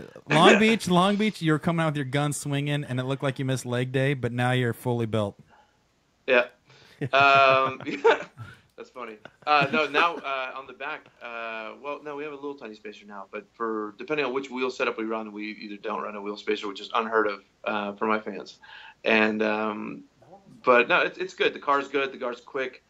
We just need a little bit more power, which I'm building a motor right now. So once we get that in, we should be a little bit more competitive. But the car Nice. feels really good. It's stable. The new suspension is unbelievable. Nice. And the team is just unbelievable this year. Yeah, can't wait to see you at 100% for sure. Thanks, man. I appreciate that. I really, really appreciate that. It's been a long road, and I think we're almost there. Awesome. And just before we let you go, so how do people find about Project Wreckless? Yep. Visit projectreckless.org or follow them on Instagram or Reckless Racing on Instagram. Awesome. And if you're in the Bay Area or anywhere close to Northern California, be there on June 14th. It's going to be insane. So the history behind that building is, I don't know if you guys know what the Fillmore is, but Fillmore West used to be at that building in between 1968 and 74. Jimi Hendrix played there. Like every big name played there. Nice. And then it turned into a Honda dealership for like 40 years. Damn. Honda just lost its lease. The guys that I work with picked up the lease, and they're doing like a mixed medium thing inside that building, and that's where the gala is going to be, and the drifting is going to be on the streets, like downtown San Francisco, right outside of it. So it's gonna be wild. It's Awesome, gonna be man. really wild. I got one last question before we let you go, because I can't let this one slip through my fingers because it is very good, and I think people will learn a lot about you by this question. But Jeff Sanders asked, "What's your favorite meat snack?" Am I gonna go? Should I go ethnic on this, or do you want like some? Please. No, No. once again, I really think this is one of the questions that's really going to diversify you This is from a everybody show about else. diversity. Yeah. Yeah. So if you had a meat snack right now, what would you be eating? I'm eating sujuk. I don't know what that is, but God bless you. Yeah, Sudoku. it's a spiced Turkish sausage. So take nice. that for what you will. That's Well, close enough. You better bring some to Jersey. Yeah, I hope we see some Sudoku in New Jersey. But thanks again, Faruk. Thank you for enlightening us with the dudes. Project Wreckless, and good luck, man. You're doing awesome. Thanks, dude. See you guys soon. see ya. See you in a couple of weeks, man. Yep. Later. Bye, buddy. Later. Dude, Faruk is always in a good mood, man. Yeah, no, it's when you're a pro drifter, Paco. Let me teach you something. Oh, teach me. When you're a pro drifter and you get all of the riches and jewels that you can ever dream of, it's very tough to not be happy. So I you know, guess. Faruk is at the top of his rich game right now. Just don't pop his bubble, buddy. Oh, no, not at all. But that's probably why he's happy, because he's super wealthy and So rich. this is what we're doing. I'm taking over Yep. Ryan's judging position, possibly Jared's. Oh yeah, so you got triple duty now. So you got Well, but you're gonna take over Faruk's position as it's eating Sudoku. Sudoku and a pro driver. Right. Wow, dude, We're just one at a time. We're man. taking over. It's like World War II invasion all over again. That's what we're going. It's gonna be for. our D-Day. Yeah, we're going for D-Day. And for baby. D, it's like Drift Day. 2021. Not Formula Drift. It's Formula Yako, and we're just taking them out one by one. Speaking of, who else can we take out today? Was there anybody else that we can kind of look for new jobs and start? I guess we can talk to the Godfather. Okay, let's see if we can get the Godfather. Let's see if we can get the Godfather save the blood. of the D-Day. Yeah, let's see here. All right, so if we wanted to take over Formula Drift, let's cut the bullshit. Straight up. If we want to take over Formula Drift right now, let's say we're gonna invade the series. What do we need to do? Yes, this is for you, mystery person on the Skype. Good question. Okay. I would probably just get a hold of Ryan Lanteigne, take his suit, crawl inside it, put the helmet on, and never take it off. Dude, we're done. That's it. Well, he's like the Stig of FD now.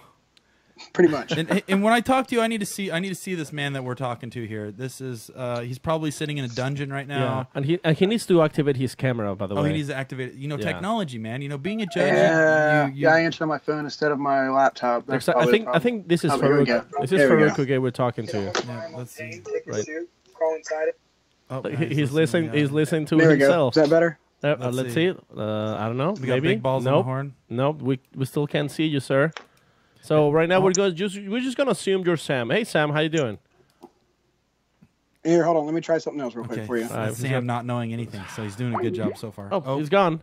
Perfect. All right. Well, you guys heard it first. Brian Eggert from Hyperfest sounded like it was a great event. He's the Godfather of drifting, but he's definitely not. He doesn't know anything about. You guys heard it first. Godfather of drifting, right there. Brian Eggert. We really appreciate your time and. He said they're going to try this again. That means there's going to be another one. Okay. Oh, he's going to call us. Oh, let's see. Let's see. Muchas gracias por llamar al centro de atención Telcel. Le está atendiendo Luis Francisco. ¿En qué le puedo servir? You guys heard Brian Eggert from Hyperfest sounded like it was the Godfather of drifting, but he doesn't know anything about. You guys heard for Godfather of drifting. This is his first time using a computer. Brian, I think you need to mute your video side because we can listen ourselves He's twice. gonna call us. Oh, let's see. Oh, yeah. This is like we're in the future right now. Deja vu. Yeah. So what you guys are listening to is actually Brian. We're actually watching Brian Eggert watching us. Trying to figure out the internet. Trying to figure out the internet. Hey, time he's in. hey, Brian, I think you're listening to our own video, so you need to mute that one. Sorry, because we can listen ourselves. And if you guys want to talk to Brian in chat, because it seems like he's just watching the There chat, you go. feel free to write Brian a note in chat. See if Can- he. Can't hear him. We have no audio from you, Brian. Now what? Okay, I think he mutes Skype. You mute Skype, buddy. You need to mute. Like if you're watching our own live stream, you need to mute the live stream. We good? There you go. Oh my God! Wow, dude, technology. This is the Godfather This of is- the you guys heard it drifting first from the Pro-Am. Godfather, drifting of Pro-Am, Brian Eggert. This is the guy that created Pro-Am drifting, and he's having more technical difficulties than we've had in our whole Maximum Driftcast career. I think he's gonna jump into his elliptic right there in the background. He's just gonna start like. I wonder if he warm up. hangs like a carrot or a hot dog over his head, like he's chasing it, like you see in cartoons. Oh, he's going against. Okay, He's hold on, going. let's- let's- Paco, announce what he's doing right now. Announce All what right, and we can see an arm, and that arm is very it's hairy. a very tan arm. Yeah, Nice. it's about to jump into his. Let's elliptic commentate this together. machine. Let's commentate. Okay, We'll pass it back. Corey. Wow, his arm right there looks like a little butt cheek. Where That's quite a butt cheek. Let me tell you that. I've never seen a butt cheek like this one. But wow. Oh, he but- just threw his okay. head, and he's running. And he's- that was probably full speed, Paco. Let me tell you, he's running. His form was excellent. So if we were to go back to that previous run that Faruk mentioned, you running to the van versus Ryan running to the shitter right now, he was probably just and he's back. That was the fastest dump I've ever seen. He's back. Let's go back to let's the see what he action. says. Let's see- Let's oh, see. he's Back to putting- the action. He's putting his earbuds, and he he's forgot to plug him in. Rookie mistake. That's going to put him so far behind. There we go. rookie mistake. Let me tell you that. Oh, And hello. Oh, can you hear us or not? so what you guys are seeing right now, this is him in his natural element right now. He is waiting to attack. He's feeling the pressure. Yeah, of he does. not Brian knowing is what's going known on. not to do well under pressure, and this is what he's feeling right now. He's pulling out his phone. He's swiping through all DPs he's had. In He's his swiping thing. right. He's swiping Yep. right. Look at that. He's pulling out his Tinder app and he's swiping. He's swiping. Mommy number one. Mommy number two. Okay. Mommy he's number keep three. Oh, he looking. swiped left on that Oh one. wow, that must have been a big butch man. All right. Okay, Let's he's see. thinking. He's thinking. He's thinking. Wow, I think this he's is trying. beautiful. He's trying to message us. Yep. I think what Brian, can you hear us at all? And he still can't hear us. He rubbed his nose. That's sign for he has to go poop again. All right, let's hang up on him and Big call balls. him again real yeah, quick. we're gonna have so. to do another callback. Big balls. All right, let's try this again. Wow, that was almost a perfect run. There you go. All right, let's see. He went through 3 sets of earbuds. That's more tires than I've gone through all season. We can we hear good now? you. Yeah, we can hear you, All right. Wow. but we don't see you. So now just activate your camera. I am. It Man. worked earlier. I don't know why I'm not now. It's all good. We were having fun on your expense. No, we were basically Paco and I had a really sophisticated conversation about the galaxy and time and stars and yeah, just waiting for you to get back. So we're glad you're back and you're with There us we go. live. All right. Can we? Oh, look at that. Let's see. Go ahead and swipe it over. Let's show them. So this is Yeah, what we that's- see right that's now. what it looks like. You look like So- a little white icon. So he turned into a little blue box. You look a little different this time from last time. Yeah, I'm probably worn out still from this weekend. You looked okay though. Like the very few moments we could see your face, you look like you're like in shape. Yep. Obviously, do you have that elliptic machine in the look at- background? we're back. There you go. Okay, we can see you now. Oh, that was from the phone. There There you we Good go. now? Yep. You can turn your phone sideways. There you go. All right. All right, finally. Yeah, if you turn your phone sideways 90 degrees, it will be a little bit there. Wow, you go. now it looks Awesome. like you know what you're doing, Eggert. Ladies and Almost. gentlemen, Let's give him a round of applause for making Brian this and- happen.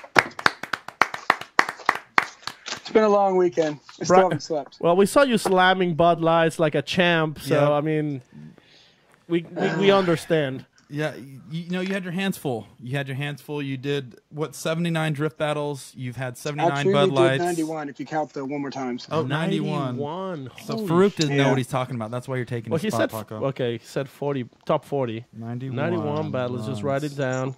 Something we learned from Ryan Lanteigne is to keep notes. Yep. Oh, yeah. Yep. I just Very lose good mine all move. the time. There you go. So we have Mr. Brian Eggert with us. Can you tell us why people call you the Godfather of Pro-Am? Never heard it called before. So Just I have roll nothing with to us tell you. I on don't it. know. Were you okay? So then tell us this: were you the first guy that ran a Pro-Am series in the United States? No, it was a group of us. I can't remember who exactly came up with the idea, but I know a bunch of us. It was back with, let's see, who all was there?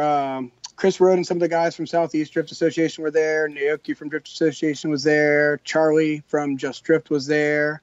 I want to say Eric Jacobs was on the call from DG Trials, and there was probably one or two others. And we all went and met with Jim and Ryan at FD out at California while they had an event going on. And then you guys just came up with the idea. And were you kind of the first guy that had the first event or implemented it, or you just the OG? Kind of like pitched it to him. And it was more probably, I guess, talking with Naoki where we pitched it to him, and they liked it, and they wanted to get other groups involved to do it around the country. So we got these other guys involved and kind of just put it together where we'd split it up around the country. And when we first started doing it, we created this championship that was on the East Coast and West Coast. And so the first one we did on the East Coast was at VIR. And they did it on the West Coast, and they put together a deal where they did it at Laughlin, Nevada. And they had a rally going on there where they paved two parking lots together and put a bump in the middle. And then they let us use it as a course. So we did the championships there. And so a lot of the first couple of years, our drivers from the East Coast actually drove to the West Coast to compete in these. Wow. And the city wanted people to come to this town, so they kind of gave us a little bit of money to use. So we used that. I think it was around $10,000, and we split it up among all the regions. And based on how far people had to travel, we kind of gave them a little bit of a budget to help get them to these events. Awesome, dude. That is. Yep. And then later we split it up and did an East Coast, West Coast championship just because it got so expensive for these guys to go out there. So we kept doing the finals at VIR. And then we were giving out 10 licenses for that. And I think one year, it was the year of the Red Bull World Championship, they did the West Coast Championship, I think, out there as well. And our 11th place driver that year was Doug Vandenbrink, and he went out there and I think won it. What year were you doing all this stuff? Probably it was between 2006 to 2009. So FD's been around for about 2 years at this point, roughly. And then probably, let's see, 2006. Yeah, I guess 2 years, 2-3. And then you guys kind of saw an opportunity as far as how are people want to get into Formula Drift? What is there steps? Should we start thinking about that? And you guys kind of came up with this idea of East Coast, West Coast battle, and then you guys handed out 10 licenses per showdown? Per year, yeah. So, I mean, we did with some of these other groups, like the guys in Southeast would send a bunch of drivers. They basically had to run in their events, and they would get sent to this event, and guys at MDU would get sent to this event. And so we put it all together, and just whoever won out of all the regions did it. And I mean, it's similar to what we did this weekend, where people from all over the country came to compete at this one event and battle it out to see who would get it. So the last couple of years, we've done 4 to 5 rounds a year, and it's gotten to be really expensive for a lot of the people who compete. Right. And so this off season, we reached out to them and said, hey, what's some of your biggest expenses? And it was travel. So then we started taking into consideration what it takes to take off from work, have your family have to be without you. So sometimes that means paying for sitters if you have kids. It meant lost time at work. It meant your friends having to do the same thing if they're on your crew. Then you have hotels, food, all these extra things were just racking up to do 4 or 5 rounds. And we were like, what if we just made it one weekend? It might be an extra day or two of travel time away, but we could knock out all the rounds in one weekend. And that also made it easier on us because to rent 4 tracks is a lot of money. Then you got to get insurance for 4 tracks. You've got to pay for all of our crew and staff to make it there. And then you start looking at both ends, and it's like everybody's losing in this situation. So we were like, let's just do 1 round. Are you guys interested? And all the drivers gave us a good response to it. So we decided to go ahead and do it. And then to make up for some of that, we decided to ask the other FD judges to come out and help out and make it a little bit more legit, and just any way to make this event better, we tried to do it. So, and that's kind of what I want to go to, because what you did, I believe, could really change the sport for a very long time. I think it was very innovative, creative, but it's one of those things, like you said, it could be utilized, potentially this platform from here on out, where it really does, because you look at this, and we've talked to a lot of different ProAm organizations, and I talk with a lot of these guys, and I don't want to speak for everybody, but the thing is so many events in the United States, drifting-wise, are popping up. You know, it's a lot of these organizations are getting spread thin, where driver count's decreasing, but pricing for you guys that run a facility and your staff is not decreasing. It's always increasing. So for you guys, you need more spectators, you need more drivers. And this is just not to make money. This is just to cover the event cost. And so what happening is now everything is getting spread so thin with the organizations that are out there that it's not very lucrative, and you're actually potentially losing money for every event you run, which is not sustainable, obviously. How much longer can you run Pro-Ams for if you're not at least making your money back to start the next one? And so once again, I kind of analyze this stuff and watch where trends are going, and I'm have open ears all the time to kind of see where Pro-Am is going. And you were kind of the first guy to test this new method. But before we actually talk about this new method, I want to know what happened, because you've been running ProAm since 2006, essentially, all the way up until now. What has happened briefly from 2006 to Hyperfest this year that made you evolve kind of in this direction?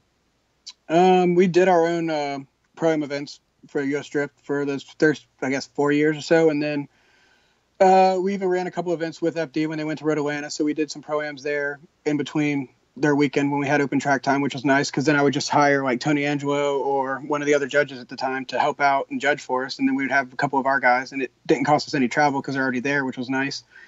And then the guys got a taste of real judging from the FD guys that they were going to be competing against, so that was good.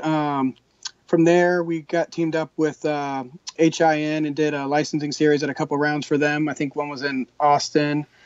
Then we think we did one maybe in Florida, and then the next year from there, it went to XDC, and our guys stopped doing the US Drift Pro-Am, and we kind of partnered with XDC, and we ran that for them.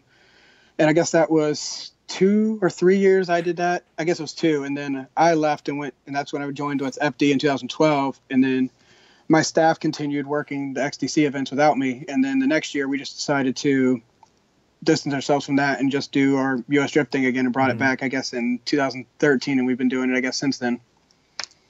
And so, obviously you have quite a bit of experience underneath your belt, but I want to know what has happened over the course of the past 11 to 12 years that made you want to say, do you know what, guys, we're going to do one big one instead of these four little. It's all those things we just did. I've tried it for different levels, like XTC and HIN. I mean, they had deeper pockets with sponsors, and they were on a national circuit. And I mean, great drivers came from there. Right. Chelsea dominated for 2 years, and it was interesting is what he said when he went to FD. He's like, if I get top 16 or better, I'll stay. His first rookie year, he got 17th. And he's like, close enough, I'll stay. And look where he is now. It's great. Right. After Chelsea left, Forrest started running in XDC. And Forrest had already had done a couple FD events prior to that. Yep. But he went through and he dominated XDC. And then he came in, I think his rookie year, 17th again. So, I mean, these guys were doing good coming out of it, but they were podiuming every single event. Right. And that's what we try to tell our guys now. Like, if you can't win at every round or at least podium at every round, you shouldn't make the jump, because if you can barely beat the people you're competing against now, it's not worth the money to just gamble that you can do it at a higher level. And prior to this, we always told our guys, even though we had the ability to give out 3 licenses, if we didn't think they truly deserved it and they just got it because they went to every round, we weren't going to issue it. It wasn't just a guaranteed thing always. People had to really earn it and show us that they deserved to win that license. Right. But what I'm trying to say is, obviously, if everything was perfect over the past 12 years, you continue running the organizations the same way that you have been. But you really changed dramatically for this one. We lost money the last 2 years. Bottom line, probably I think 8 the year before last and 10 last year. So I couldn't do it a third year and lose again. Right. It just. And what would cause that? And that's kind of what I'm getting at, is what was the domino effect to cause you to get to a point where financially it's unsustainable because you can't cover the costs? And once again, anybody with a sense of a business mind, or even anybody that knows anything about money, you can't keep operating anything if you're not making any money to cover the bills. Yeah. I think it's a combination of things. One, regional events don't really gain that much popularity among sponsors. They want national stuff. I think that's why the XTC format works pretty good, because they did cover a national series, kind of like what FD does, just not on that same scale. For us, we're the Mid-Atlantic region for the most part. And I mean, I get local sponsors and that kind of stuff, and I get some national sponsors, but most don't really want to throw a lot of money at a Pro-Am, even though most of our people aren't sponsored and actually buy all the products, which is a really good landing point. So the same thing went with drivers. We had drivers who knew they wanted to go to FD, and then we have drivers who are amazing drivers, but they already have good jobs, or they have families, careers, whatever, that they know that's just a pipe dream, but they could probably do really well if they really put all their effort into it. And at that same point, they don't want to take that dream away from somebody else. So some of them stopped competing, even though they would win every event if they kept driving. And so I think that was part of it, was too many people thought that just doing Pro-Am meant you wanted to go to FD, which it truly didn't. It just gave you a platform to compete on, because some people just like to be competitive. And so we started losing drivers. I think for one was probably part of that. Just people didn't want to take away from their friends' dreams or whatever and didn't want to beat them. Right. The other was just the fact that we were losing money with sponsors not wanting to put a lot into this, or they're already spending on other stuff, and just we weren't that big of a draw for them. I mean, some of the tracks I go to are road courses, and they're different from mobile tracks. You rent the track out, they still kept gate. So there was really not much need on our end to spend all that on marketing to get people in the gate to make money back for us, because all I was doing is making the pocket of the the venue money by us spending Right. all the money on marketing. Absolutely. No, and that's kind of, once again, this is all similar things we've been hearing about what's happening to other organizations. And once again, now there's grassroots party events popping up where they're very cheap because they have the facility at Palm's Reach at all times. It's very affordable to them. And when you rent VIR, or when you rent a proper motorsports facility, what would something like that cost to rent a track? Just the Patriot course that we run is about $5,500 a day, I think. And then on top of that, you have insurance and if you get course workers and other things that you add on to it, by the time you do your staff and crew and everything, it hits $10,000 really Very quickly fast. and easily. And that's just to run the event. Yeah, so this is definitely something that's been happening over the years as drifting is getting more popular. Obviously, you're going to have different regions in different states having their own little tiny drifting organizations, which for me, it's like, why would I go to Kansas when I can do drifting here 3 miles from my house? Why would I go to Patriot course when I can go to Wild Horse Pass, which is 50? Because now it's accessible to a lot of people based on the region. Yes. Back in the day, it's like, there's only 3 places that drift in the world right now, or in the United States, I should say. I got to hit one of them if I want to hit a drift event, but now there's very accessible. And I remember driving 6-7 hours in a car without a trailer to an event. Like, that's what you did back then. People would drive it from Atlanta to our events. People back then didn't complain to drive a few hours, or actually more than a few hours to events, because there were none. I mean, it's great now that there's so many, and that's part of the other reason we did this was we wanted people to save that money and get more seat time. So pretty much everywhere there is, people have local events. So now if they're not spending all that money in their weekends traveling, that's more money they can spend to build their program, whether it's seat time at their local events, whether it's boosting their marketing and trying to get more media presence, or just upgrading their equipment and having spare parts and stuff to continue. I mean, that's probably 3 of the biggest things that I think they need to take from this and do that with this extra time and money they may have. Well, the other thing, too, is, once again, you've been around the sport for a very long time. I think it's getting to a point where there's another evolution of the sport that is happening very soon. And I think you just did something this last event that is kind of starting that evolution. And I think this is just my predictions, and this is what I'm assuming is going to happen, and this is the trends that I see that's happening, is I think there's always going to be these small events that are very accessible. But I think the single big events is going to be what's going to make that big draw. Because you're not spreading yourself thin over 4 or 5 events. I think you're creating that buzz for that one particular event that makes it worth it for somebody to travel. You know what I mean? And I see other series potentially jumping on that is, hey, do you know what? Go party in your backyard. But guess what? Be ready for May 5th because that's our Formula Drift Showdown. Be ready for that. And I see that more accessible. I see that more financially stable. And I see that as the evolution of the next 3-4 years of drifting. I hope so. And I mean, that was partly why we wanted to partner this weekend with, rather than do it as a standalone on our own, we decided to continue what we used to do. The very first US Drift event was in 2002 at Hyperfest. So we decided to bring back the competition to Hyperfest and use that because it gets such a great presence from media and people attending. It's great for our drivers to have fans that are sitting there watching this event, and the gate or the fence or whatever is just crowded with people watching versus going to an event where there's only a couple hundred people. So it's always more pleasurable for the fans and for the drivers when there's a big audience there and everybody's cheering and getting the best time of their life there, even when it rains 6 inches. Well, let's dig into that a little bit deeper because this is where I get interested. Okay. You look at these multiple events, and you did street driven, and you did it in a couple different states, and it seemed like it was pretty fun. But obviously, there's a reason why there was kind of like a halt on that whole program, and once again, this new evolution kind of started. Yeah. Once again, I think this thing is going to be more of a, kind of project the future of drifting with this whole single event. But the other thing too, you may answer this. Once again, I don't have any experience running events, but isn't it easier to sell to sponsors one big event? Isn't it easier to get coverage for one big event? Isn't it easier to do these things for when I say, hey, I'm going to get, you look at Hyperfest. I can sell that one Hyperfest because you have 20,000 people, 300 drivers, you have that audience there that you can sell to more so than, hey, I get 30 drivers of ProAm, I get 200 spectators, you want to be a part of this. Like, you could just look at even though this ProAm, this number of ProAms, right, you do the math and it still kind of adds up to the number of Hyperfest, but it's that immediate engagement that you get from one event. Is that something that you see, and what was your experience with that? I was thinking the same way as you and thought it would be a lot easier to get some people on board for it, but came out. I picked up some and I lost some. Some didn't think the one event would work and it wasn't what they wanted, and so we lost some of our sponsors that we'd had for a couple of years.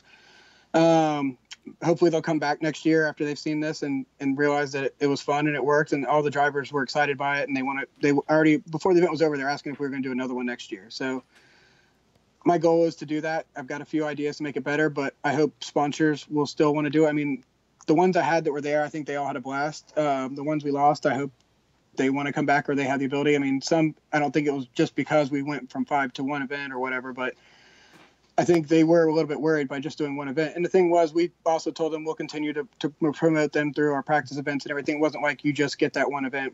If we do other events, you're on board for that too. So I definitely had the same logic as you, that one big event would be better than doing, say, 4 tiny events or smaller, however you want to look at it. And I do see the trouble with the ones, or the 4 small events versus one big one, is at least with the small events, you can kind of get a taste of what's going to happen. And so when you get to the 4th event, you kind of know what to expect. By throwing one big event, it's like, I don't know what I'm getting until it's happening because I have nothing that leads up data-wise to this big one. But at least you got one out of the way. Now you can use it kind of as a tool for next year, saying, hey, this is how it worked out, which, once again, I thought it was an awesome, I think it's a brilliant idea.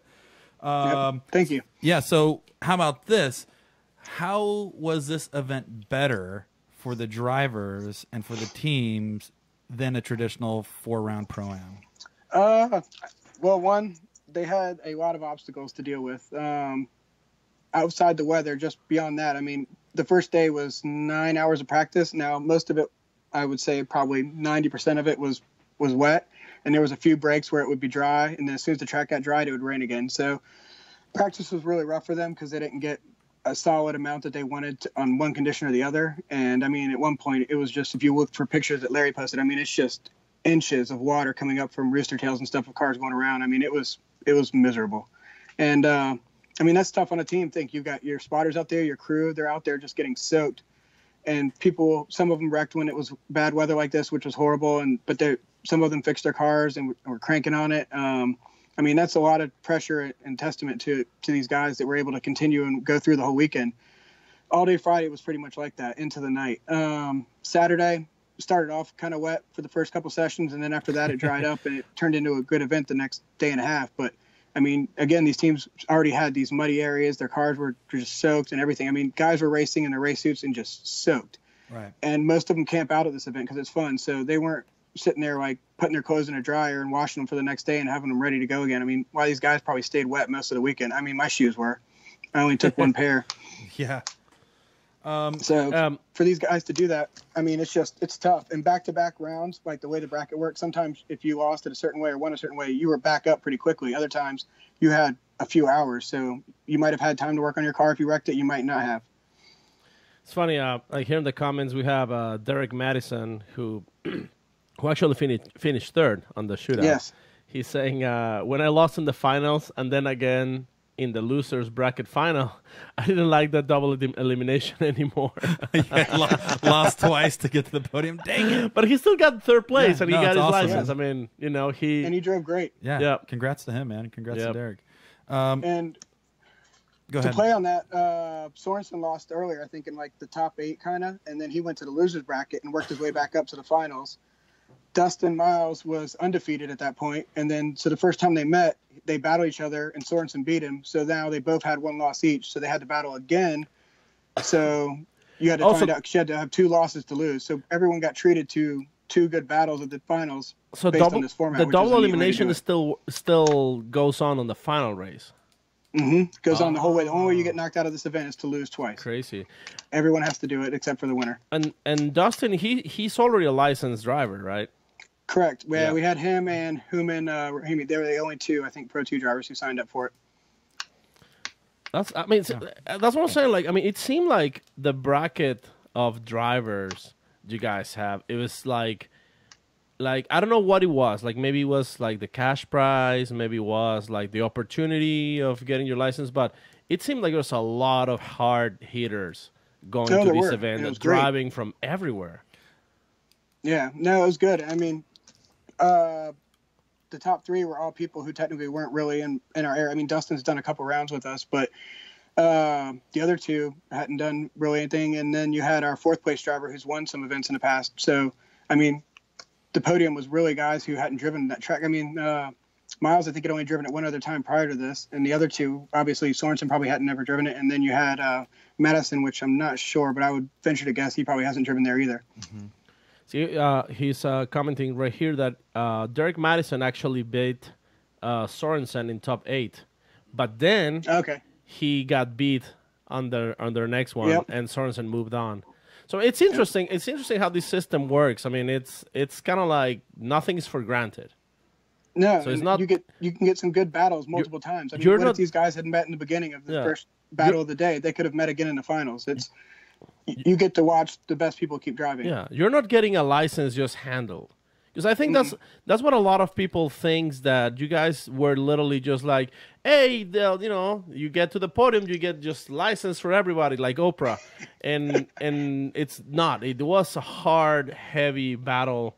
I think you say 91 battles? Holy to go through it, you technically have, I believe, 12 rounds of competition. 12 battles. So that's a lot of tandem battles. Yeah, 12 rounds. That means like.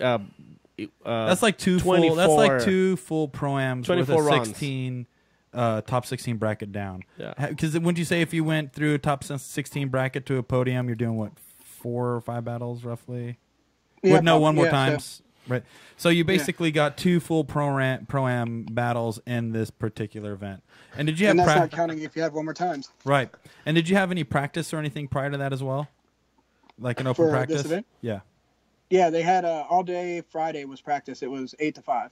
So including that practice, you would maybe quit it to 3 rounds of pro-am in one day or in 2 days? Yeah, because, I mean, that's a lot of track time. I mean, luckily for, I guess, the only thing that was good about the rain was I don't think anybody changed tires really on Friday. So that helped them out for when they hit tandem. Because, I mean, a lot of these guys, including myself, really, I couldn't tell you how many tires they would have gone through had it been dry all weekend. But it would have been a lot, especially the guys that had one more times.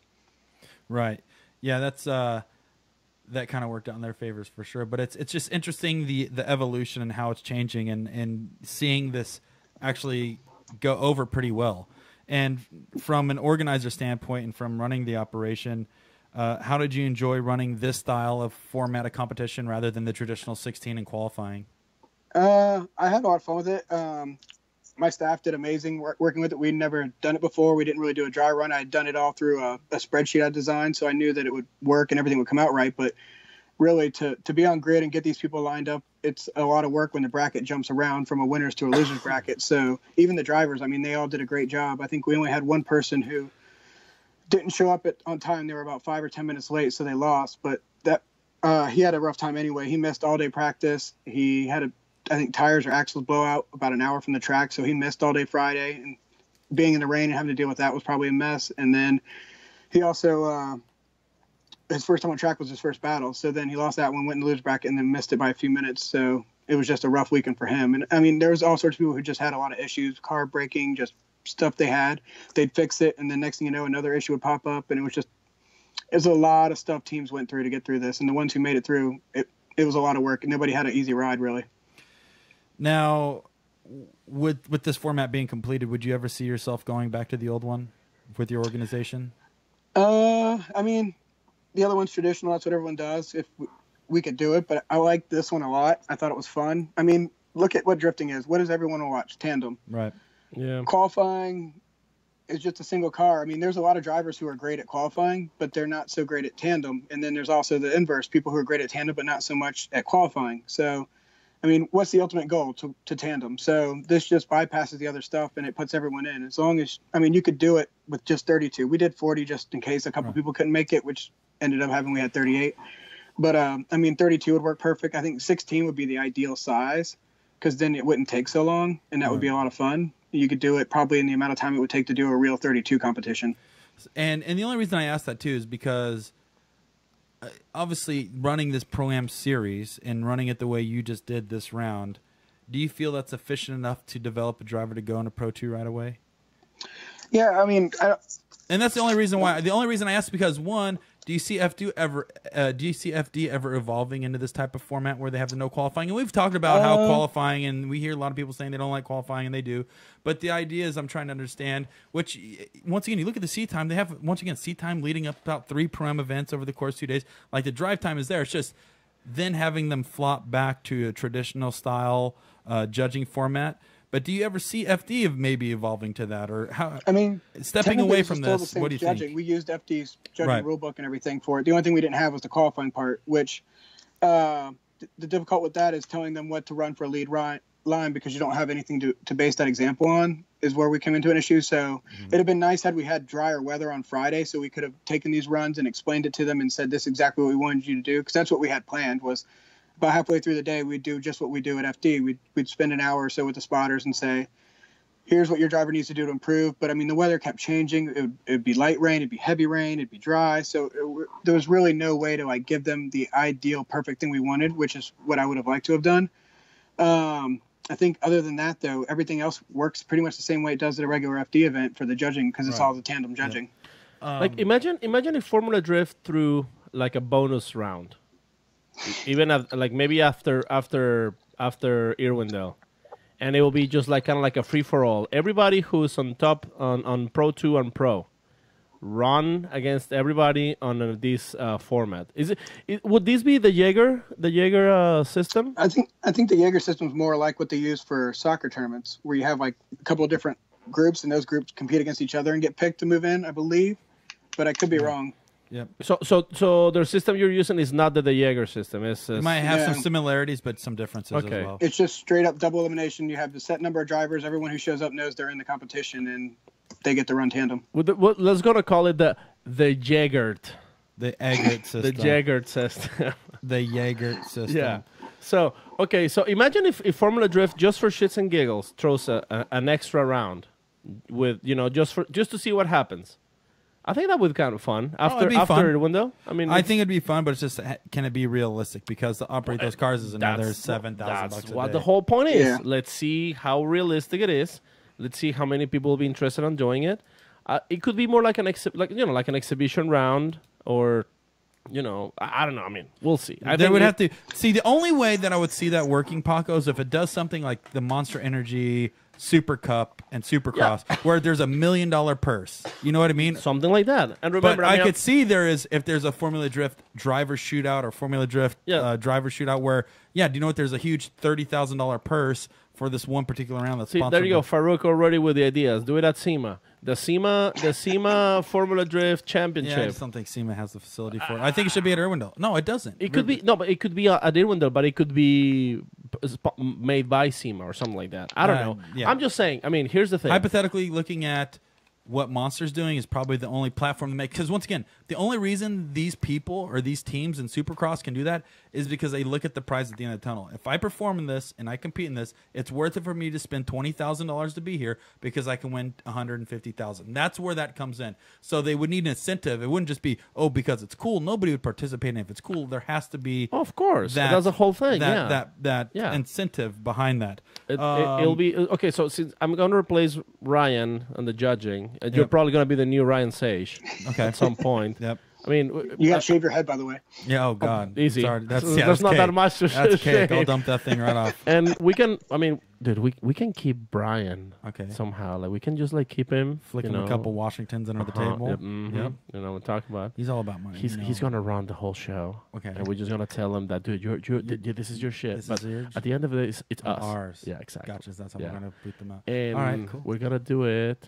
And what's that? I don't know where. It's not SEMA. Let's do this where it's a really long drive for him. Mm-hmm. So Phoenix. Phoenix. We'll do some Phoenix. Thanks, Brian. I'm glad you chimed in. It's gotta be as long as we get to go off-road course again. Oh yeah. How is he listening? I don't know. I thought we were speaking very low. All right. So anyways, So we're gonna make it happen somehow. I was gonna ask you this. Okay, so one of the biggest hiccups in drifting is having the fans understand what's happening on course, right? Yes. And that's when you guys brought your beautiful co-partner Ryan Lanteigne onto this show to justify why you guys made a ruling on that particular call. With this system, is this something where a new fan could come in and understand immediately? I think you would need a visual graphic that would pop up on the screen to kind of make it easier. Because, I mean, you can watch other sports and they'll look at NCAA. They have a 64 bracket.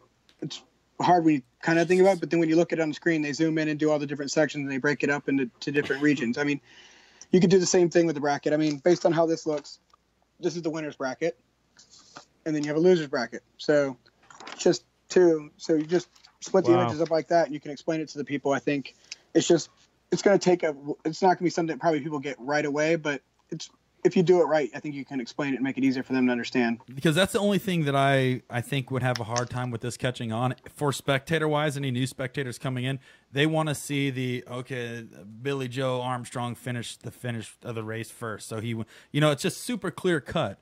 And drifting is already kind of confusing for a little bit of newcomers coming out there as far as what's the lead and what's the chase and what's that mean? How did he win? He didn't cross the finish line first. So it's just adding this extra element. What could we do to get the audience more engaged and understand what's happening quicker? I mean, I think if you got rid of qualifying and you use this, then you don't have to worry about spending any more time explaining 1 or 2 point differences in scores for people when they get confused why one driver got a 94 and one got a 93, because some people lose their minds over that. Yeah. So this completely eliminates that whole thing. So I don't know. I feel like it's going to be kind of like a trade-off. Okay. Yeah, it's a bounce. I could see that. Yeah, I think that outside of that, I think that's my only kind of concern with this new process of it kind of catching on and start maybe evolving the ProAm series and being a one big shootout. Outside of that, what do you think you're going to do going forward?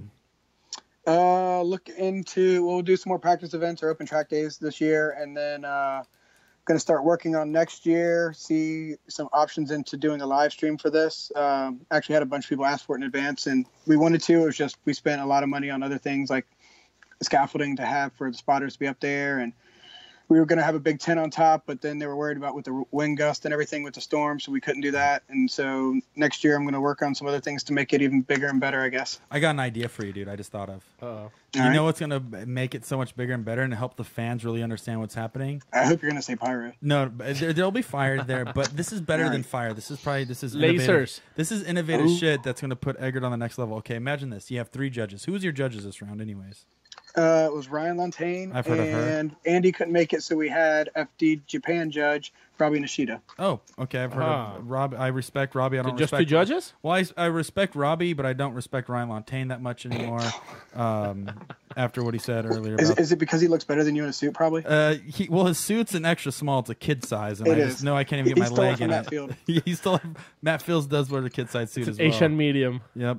So anyways, this is breaking technology for you, and I know you'd probably love it. But imagine this, okay? You have your judges. And can you put Brian up on the screen so I can see his face here? So imagine this. You're sitting there with Ryan Lanteigne, your best friend. You have Robbie Nishida, and then you have Ryan Sage, the chief, the co-founder. And you're sitting there, and you have a dial, okay? And you turn it right if it's going one, and then you turn it left. So it's a dial. It sets off dynamite. No, it's a dial where you can control it to lead over to what driver you think is winning. What do you think? I think you've got $1 million idea right there. I think we should try it. The drift dial? Yeah, the drift dial. So you guys said your dial? Sounds amazing. I don't think it's ever been done, and I bet the system would work flawlessly. And then you have like a line that goes up and down on the bottom. Yeah. Like, exactly. Exactly. With 3 different colors. Yep. And you just don't know which color of the driver is who, but you're just watching the lines. Just that would be super. I like it. Perfect. Have you had an experience with anything like that before? Might have. How did it work? Oh, you have. Anywhere near as good as your idea works. Oh, you have. And how did it work? Did it work pretty well? I don't know. It was hard for me to even understand how it worked. Okay, so what about this? For the national anthem of your next round, how would you feel about Paco showing up playing the bass flute for the national anthem? Whoa. Have some respect. I'd be all about it because I would like to have, me and him already talked briefly. I want to try and bring some of those Dodge vans to Hyperfest next year to race those. So he's going to be there anyway then with his. So am I going to be the first contender, the man to beat? I mean, I think we could fit at least 20 on that track.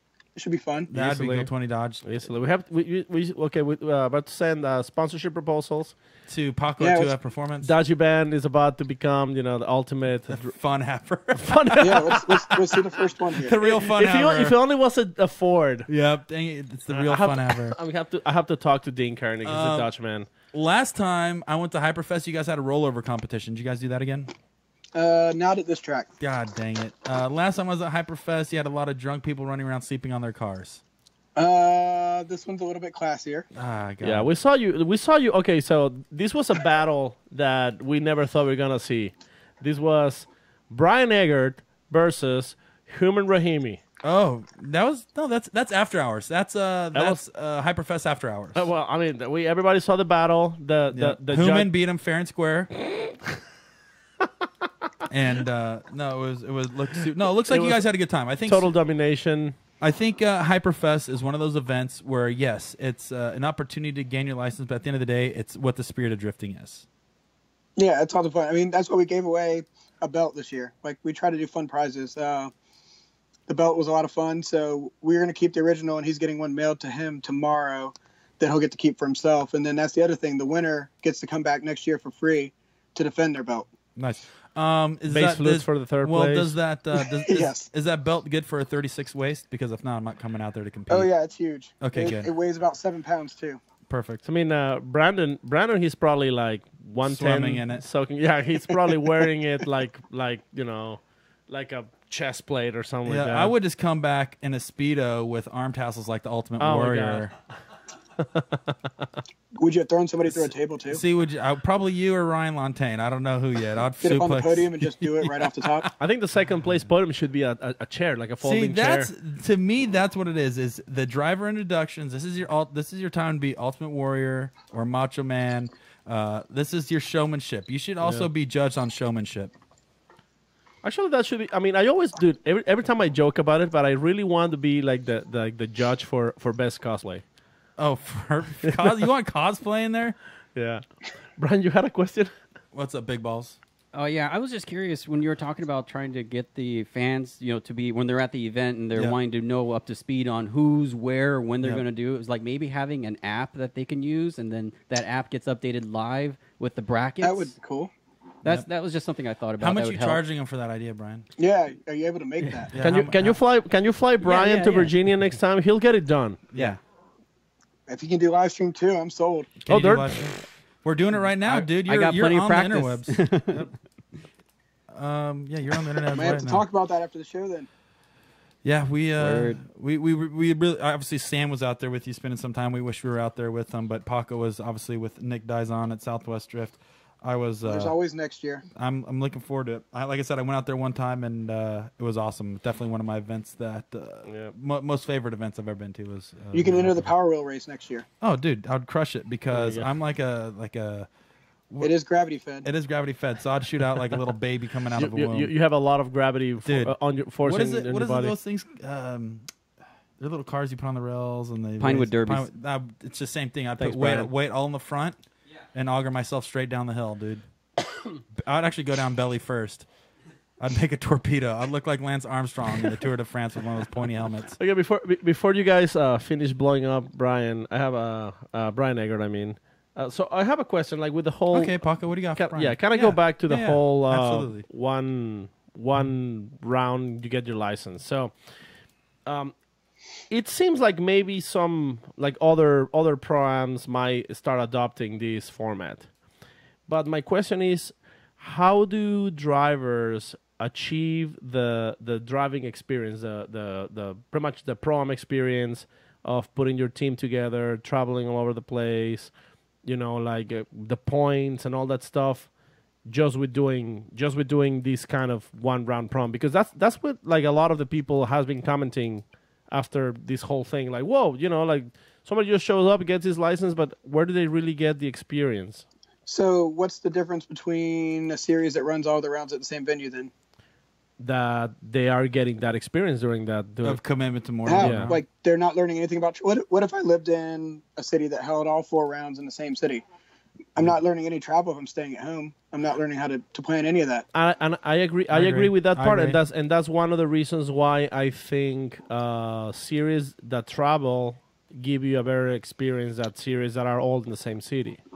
But we did that, and the driver count goes down. Yeah. So we're trying this one. I mean, I did it for years and years and years. And so, I mean, our guys were fine. I think people can do that. I think the hardest thing is building a car that's reliable, having a crew that's awesome, having a good spotter. I mean, there's so many different facets to it being a winner. But see, like, to me, I mean, and don't get me wrong, I'm playing a little bit of devil's advocate here, okay? Oh, no, you're totally fine.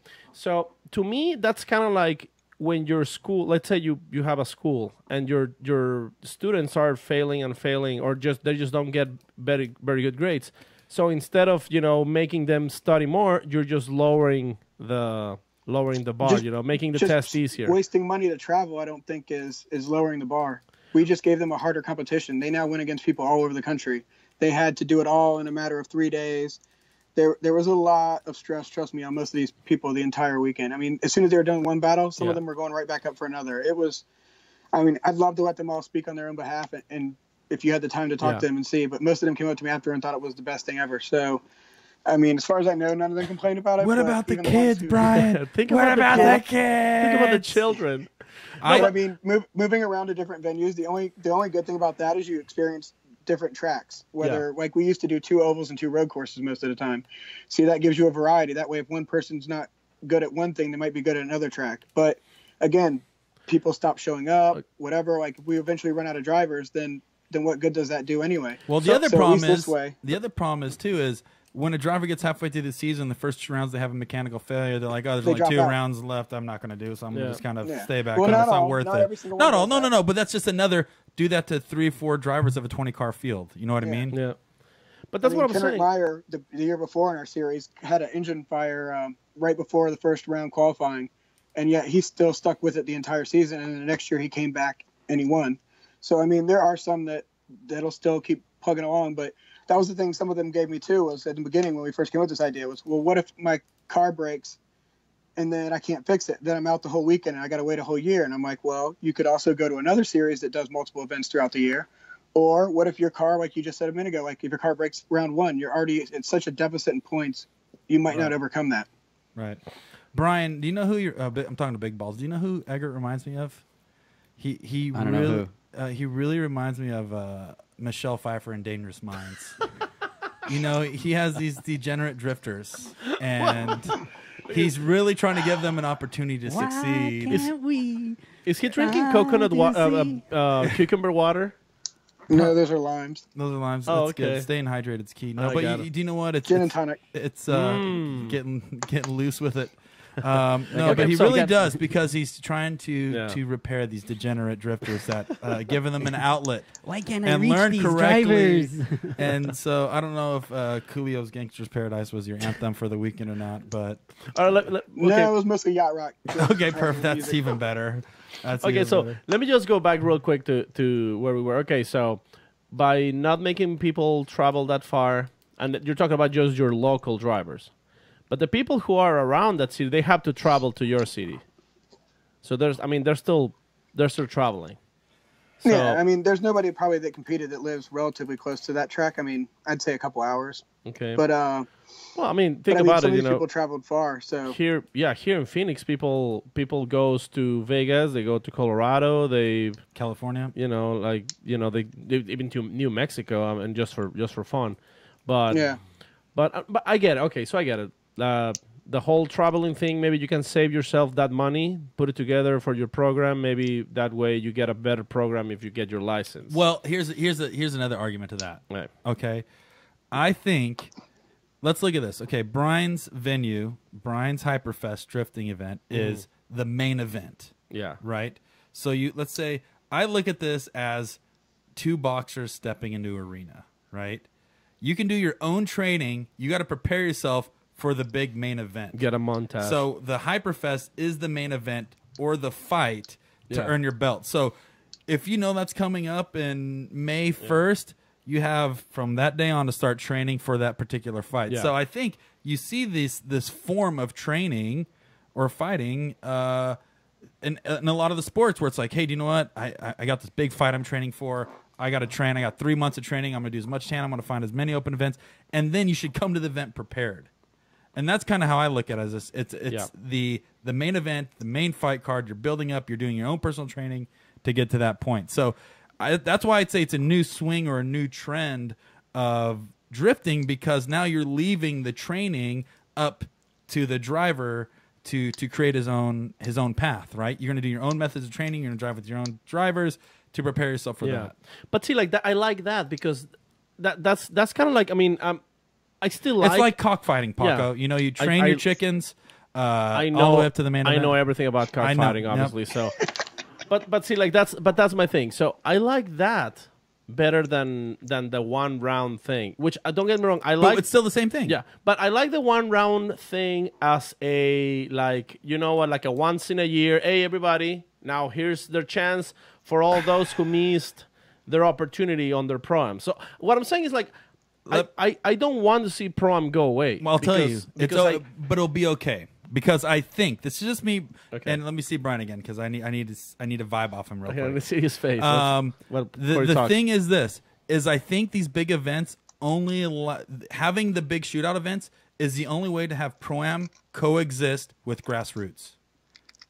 And the only reason I say that is since there's so many grassroots events, that's where you're going to do your training, right? So now you're focusing the driver count to these grassroots events for their training, which is not taking away from the ProAm because the multiple ProAm stops don't exist. So now you're driving the driver count to a grassroots organization near them to do as much driving. So now you're feeding the local grassroots community, preparing. So you're using that as your training tool to prepare for the main event, which would be your show. So that's the only way I think they can coexist, because if you maintain a ProAm in the same city that there's 10 grassroots events, now you're saturating the market. Because if I just run a grassroots event a week before the ProAm event, I may run out of tires. I may not have the budget. There's so many other. I may have broke my car. Yeah. Right. So there's so many variables. But if you let the people go drive and train however they want to train, or if they want to do a practice session or a small competition in that organization, that's your place to train in preparation for your big main event. So it's up to the driver to figure out their own training to get to that point. But that's the only way I could see these ProAm and grassroots now coexisting, because it's not working the way it was.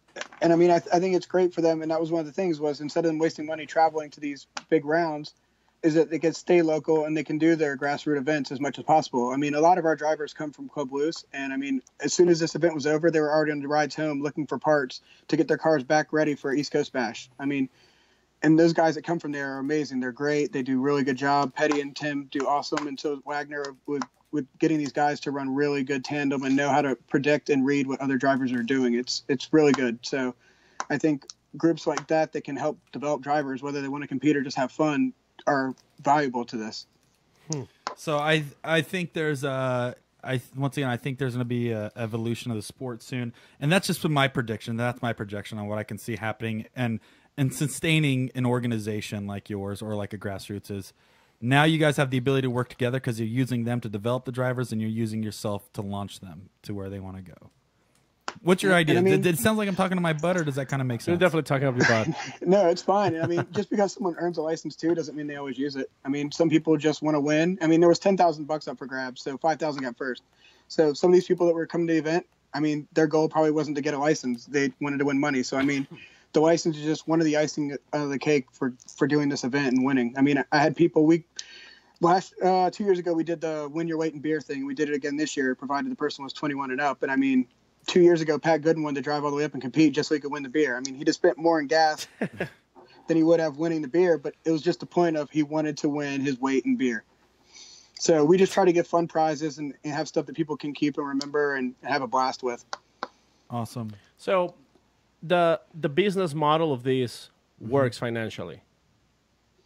For this one, we pretty much spent everything we pulled in to make it work, and that was the goal. And then hopefully if it worked, the next year we can amp it up, which is why I said next year I'd like to do live stream if we can do it and stuff like that. So it's just a lot easier to do one event. Think about it, if I have to bring in a live stream crew for 4 rounds, because people have asked for it for years, but to bring it into 4 rounds of ProAm would be really expensive. But to do just 1 round, probably not so bad.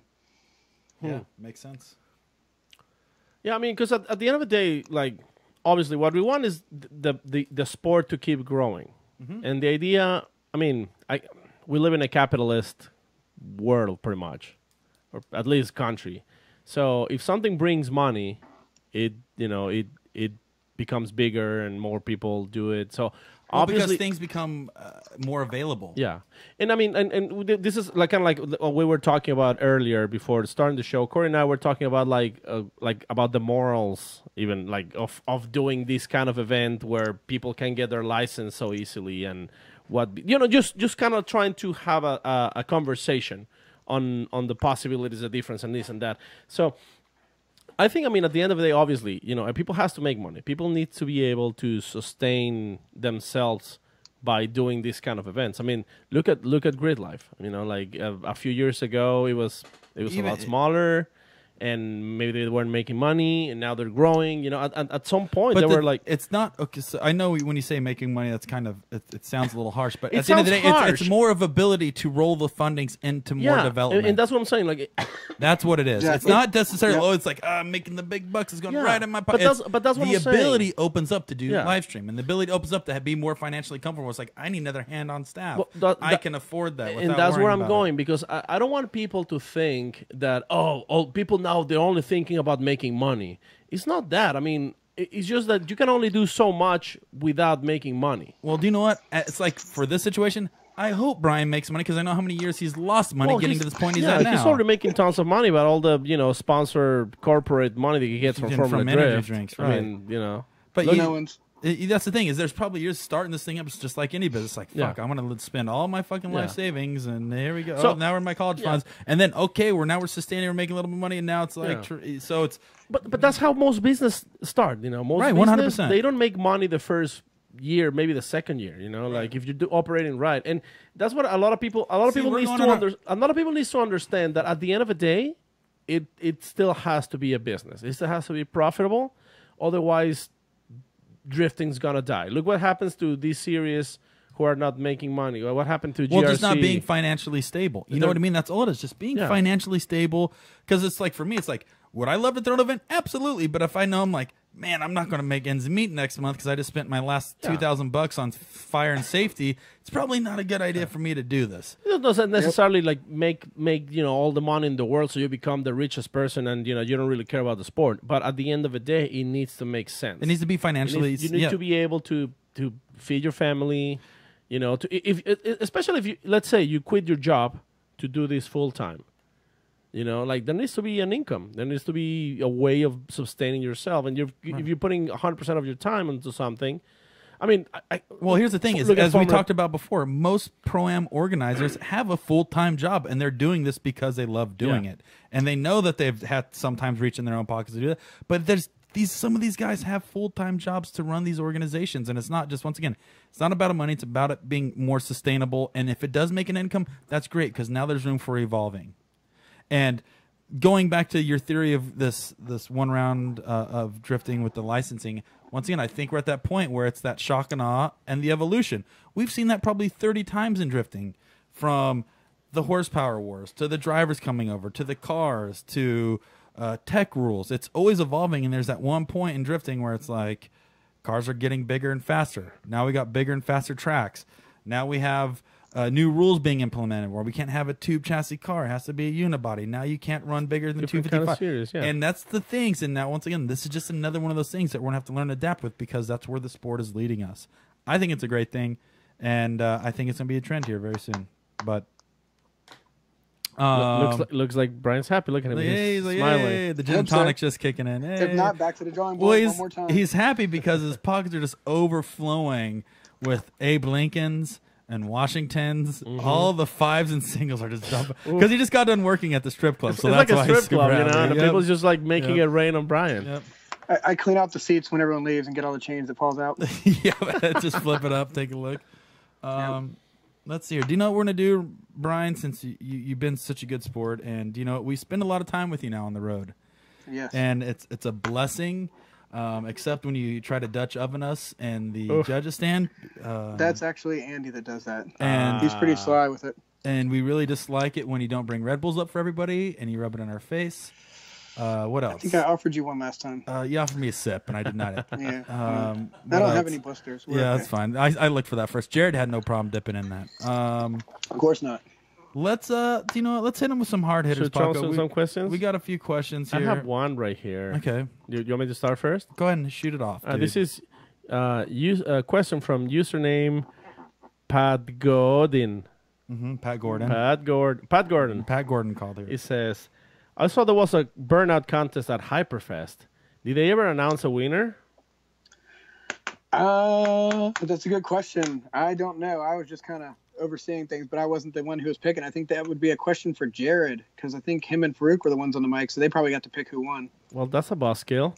I thought Although Pat's burnout was pretty awesome. it was pretty sweet. I saw He, that. he did one at Street Driven Atlanta one time too when we did it at AMS, and that one was equally good. He just sat there and spun it and just smoke went so high. So Pat is very good at doing burnouts. This was with his SR car, right? Yep. I believe. Yeah, 'cause no, it was let's see. like- Well, Yeah, I that don't was know. his He didn't really S13. drive much at this event. Backfiring and pop-ups coming on. Yeah, it looked he had a pretty lot of sweet. issues, so I don't know what he had in that one. All I right, didn't think Pat. about that one. Just so you know, there's still no official winner for the burnout I competition. think it was the American Grand Marquis. Did you see the video of that one? Brian just got he started rubbing his nipples. He said, "Look, it said Grand Marquis." I had an itch. Yeah, that sounds pretty cool. Yeah, because Brian, our Brian, Brian, Look for a video of this thing. our Yeah, I'm Brian gonna find it. drives a Crown Vic. Okay. It's very close to your Cadillac, the Ford V8 full size car. There you go. See? Yeah, I would like to see you doing a burnout with your Cadillac. Maybe when the tires get really, really close to done, I'll do it. Oh, Too expensive easy. to burn up new ones. All right, here's a question. This is from Cody is Cody86. If Okay. Forsberg doesn't get the win, who does? Nobody. Byron. Good question. If Yeah. Forsberg doesn't get the win, I don't know. We'll say Corey. Thanks, dude. That Oh, means a lot. nice. They, you know what, If Brian? you get back in, you can have the win if Forsberg Thanks, doesn't get dude. it. That, I appreciate you more than you know, man. It means a lot. Let's see what else. This is a question from Mark Williams 89. All right. Does Ryan eat anything other than an acai bowl? He eats a lot of guacamole. My man. He looks a little less Bagnola. He has a really Oh, good tan now, Paco. I thought you guys were brothers. guacamole Oh, that was is from yummy. Brazil. Let's see. I have one from. Oh, I have one. Ready, Corey? Yeah, hit it. Okay, I have one from Mike Press. Oh, boy. Oh boy, this question is for @conspire, aka Brian Eggert. Did it hurt as bad as when I saw my passenger door when I beat you in Stump?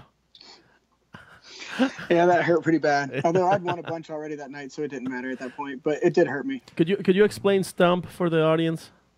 Yeah, it was a game that I saw one time on Jimmy Fallon, and it had the guy who played the Hobbit. I can't think of his name at the moment. It was Elijah Wood. Okay, yep. But yeah, they were on there playing this game one time. It was probably over a decade ago. And you have a stump, like a log. You put nails in it. And then everyone picks their nail. And your goal is to knock everyone else's nail down and be the last nail standing. And what you do is you flip the hammer in front of you for 1 hit, under the leg for 2, and behind your back for 3. And you have to swing it however you catch it. And you just want to start knocking everyone else's nails down as quickly as possible. And so we usually play that at Hyperfest, and it's just become sort of a tradition at that event. And we've had some times where it gets pretty wild. So it's a lot of fun. And it's just everyone expects to play that game when they get there. Sounds very safe. Yep. Yeah, one guy ended up. I started getting a couple of guys around 3:30 in the morning that wanted to put money on the table. So I think I made like $100 right before 4 a.m. And then the next morning I ran into one of them, and he had caught the hammer by the claw and swung, and missed, and pretty much ripped his nail off and tore up his finger pretty bad. That's awesome. You know, it's tough. It's a tough sport. It's a professional sport. It's tough. I have a question for you. This is from Little Weenie 33. Oh, nice. Yeah, he wants to know what type of nicknames you had in high school. Let's see. I guess one of my good friends who was actually at the event working this weekend, he called me Yogurt just because it was Yo and Gert for Eggert. So I like that one. Brian Yogurt. what else did I have? I had Eggman. I had Chappie a lot because my middle name is Chapman. Okay. Chappie. Chappie Eggman. That might be it. That's not bad. That's not bad. I mean, No, we've had nothing terrible. worse. well, they used to call you Corey, like They used to call me, what do they used to call me? Hoss farts. dumbass. Yep, dumbass, pinchy hueso. Just a bunch of things that I couldn't understand, but Paco. I've grown into it now. Now I Yeah. just adapted it. yeah. I really answered anything anymore. Where, like somebody says something, I just still turn around and say, what? Yeah, what? I'm like an old man walking through a grocery store. I just answered anything anymore. There you go. Yeah. We have one Can't last go wrong with that. One last question, Paco. What do you One got? last question here, but he cheated. Okay, Brian cheated. He Okay. already responded on Instagram. You're supposed to wait, buddy. I know. I had fun with one of them. Then I remembered y'all got mad at somebody for doing that, and I thought about just doing it to piss y'all off, but I Oh, didn't. thank you. All right, so that you're doing it So on which purpose. one? So perfect. Sinister 7. Who's been given the most edible arrangements this season? No, it's obviously Ryan. Yeah, he is. He eats fruit and vegetables and healthy stuff. He looks like a giant fruit. Corey's He a does. fruit. I'm a little fruit basket too sometimes. I mean, even Andy's lost like 40 pounds since Long Beach last year. I'm probably the heaviest of the two of them now. Because you're a man, dude. That's what men do. Well, No, it's because I've got this stupid thing where I'm trying to drink every day for the whole year. So we'll see if that happens. Oh wow! I need to get I haven't missed a day yet. So we'll see. Dude, just keep dreaming, Brian. Now that I'm a Gotta set judge, these goals, man. Gotta set these goals. Oh, dude, So- hold on. So Paco judged his first event. I don't know if you know that. yeah. or How not. did that go? He was nervous. He was super biased. He picked all his favorite cars. He liked How many colors. bad calls did you make? how many bad calls? Yep. Yeah. 0. That's a bunch of bullshit. Shoot, yeah. you can take my well, spot then. Yep. It was my co-judges are the ones who made the wrong calls. Oh, yeah. So you were the right. The other two got it Yeah. wrong. I mean, because there was a couple split decisions, but it was Yeah. all good. Okay, well, good. So if you As had long to as you can give, sleep at night, that's all that matters. I want you to do The ones this. that keep you up are going to make you feel bad and haunt you the rest of your life. Interesting. So I want you, if you can, Brian, can you give Paco some bad advice on becoming a judge? Yeah. Don't trust the Magic 8 Ball. It's usually not correct. Okay, good, because I don't have one. Yeah, because we're going off bad Okay. judgment. That one's easy. Coin tosses don't work very well. Okay. Coin tosses. No, try. only salad tossing. Copying the answers of other people doesn't work very well. Oh, copying. That'd be a good one for you. Yeah. Copying the answers. Yeah. Uh-huh. What do you guys Yeah, got? that doesn't work either. Teacher doesn't like that. Yep. Okay. And And what about white texting? wheels don't always win. What about texting and judging? Is that pretty good too? I suppose. I guess. I mean, It's that way you can better have than a vote. drinking You can and have a poll driving, that's system for and people damn can sure. tell you to vote for. Right. Text your mom or your buddy. Hey, do you guys see the last run? What'd you think? Just call There you phone a go. friend. See? Do you guys have a phone a friend in I mean- judging an FD or anything like that? You just call a couch quarterback and you'll be set. Yeah.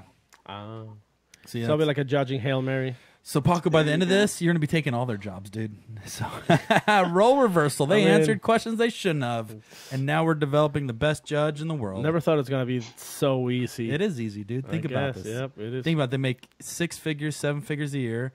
They have the fame of Michael Jackson in his prime. Yep. And I mean, think about it. Jarod says their names more than anybody. yeah, think about it. Oh, let's go to the judges, Brian, Ryan, and every single time you get a free plug, that's $100,000 in your Yep. pocket.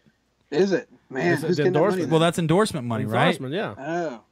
Yeah, I haven't gotten it yet. Maybe it's It's got during the every mail. year. Yeah, During it's the in mail, buddy.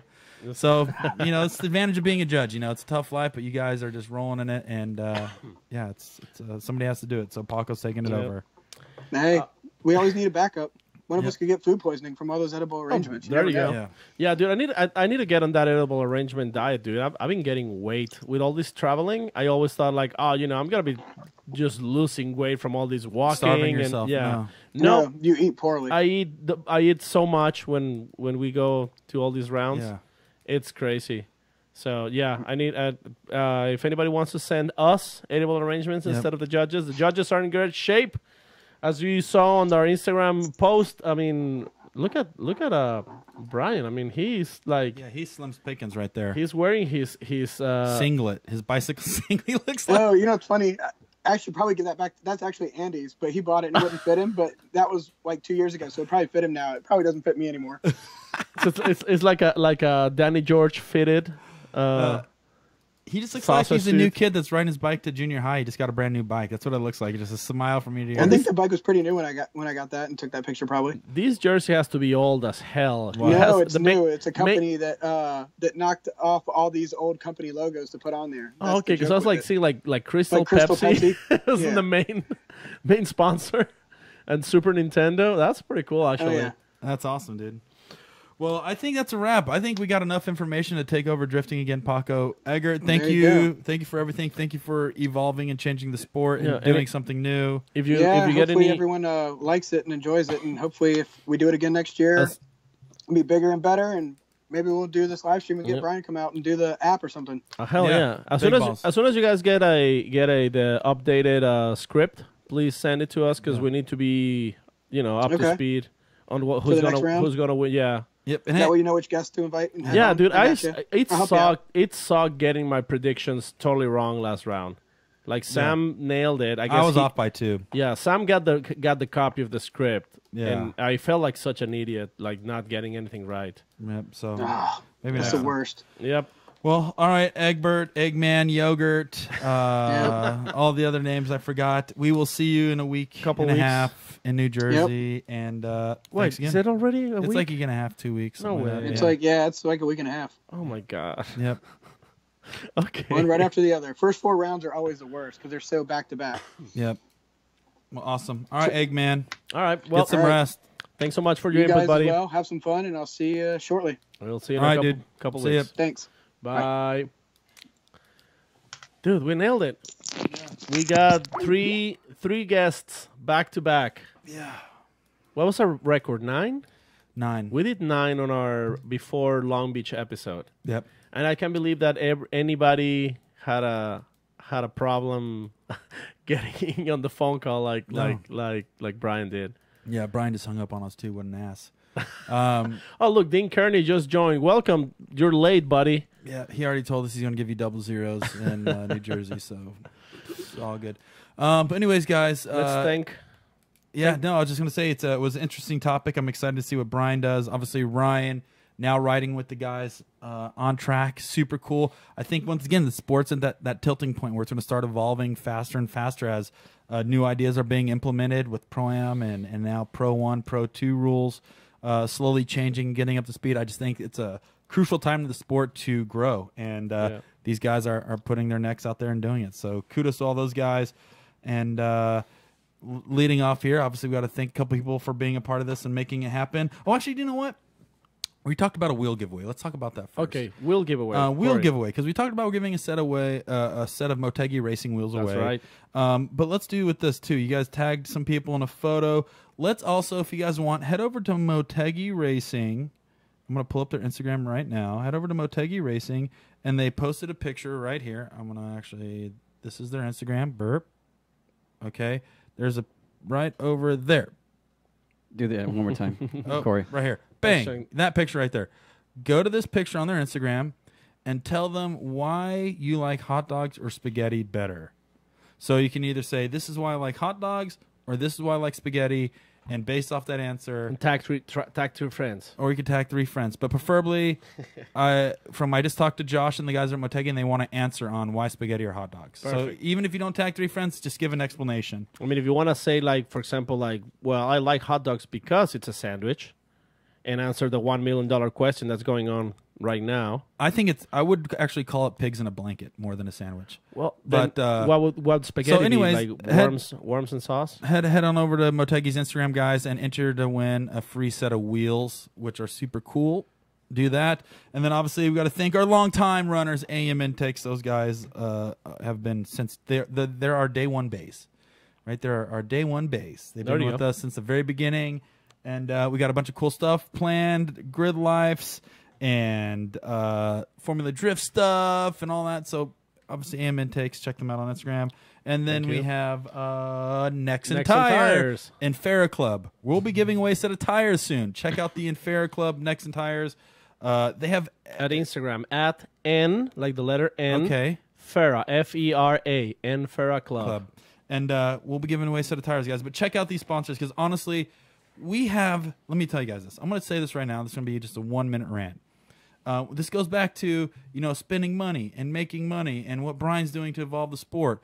We have been growing this little thing, which is Paco, Sam, and myself, Maximum Driftcast, all by our lonesomes with the help of these guys here. We have so many ideas.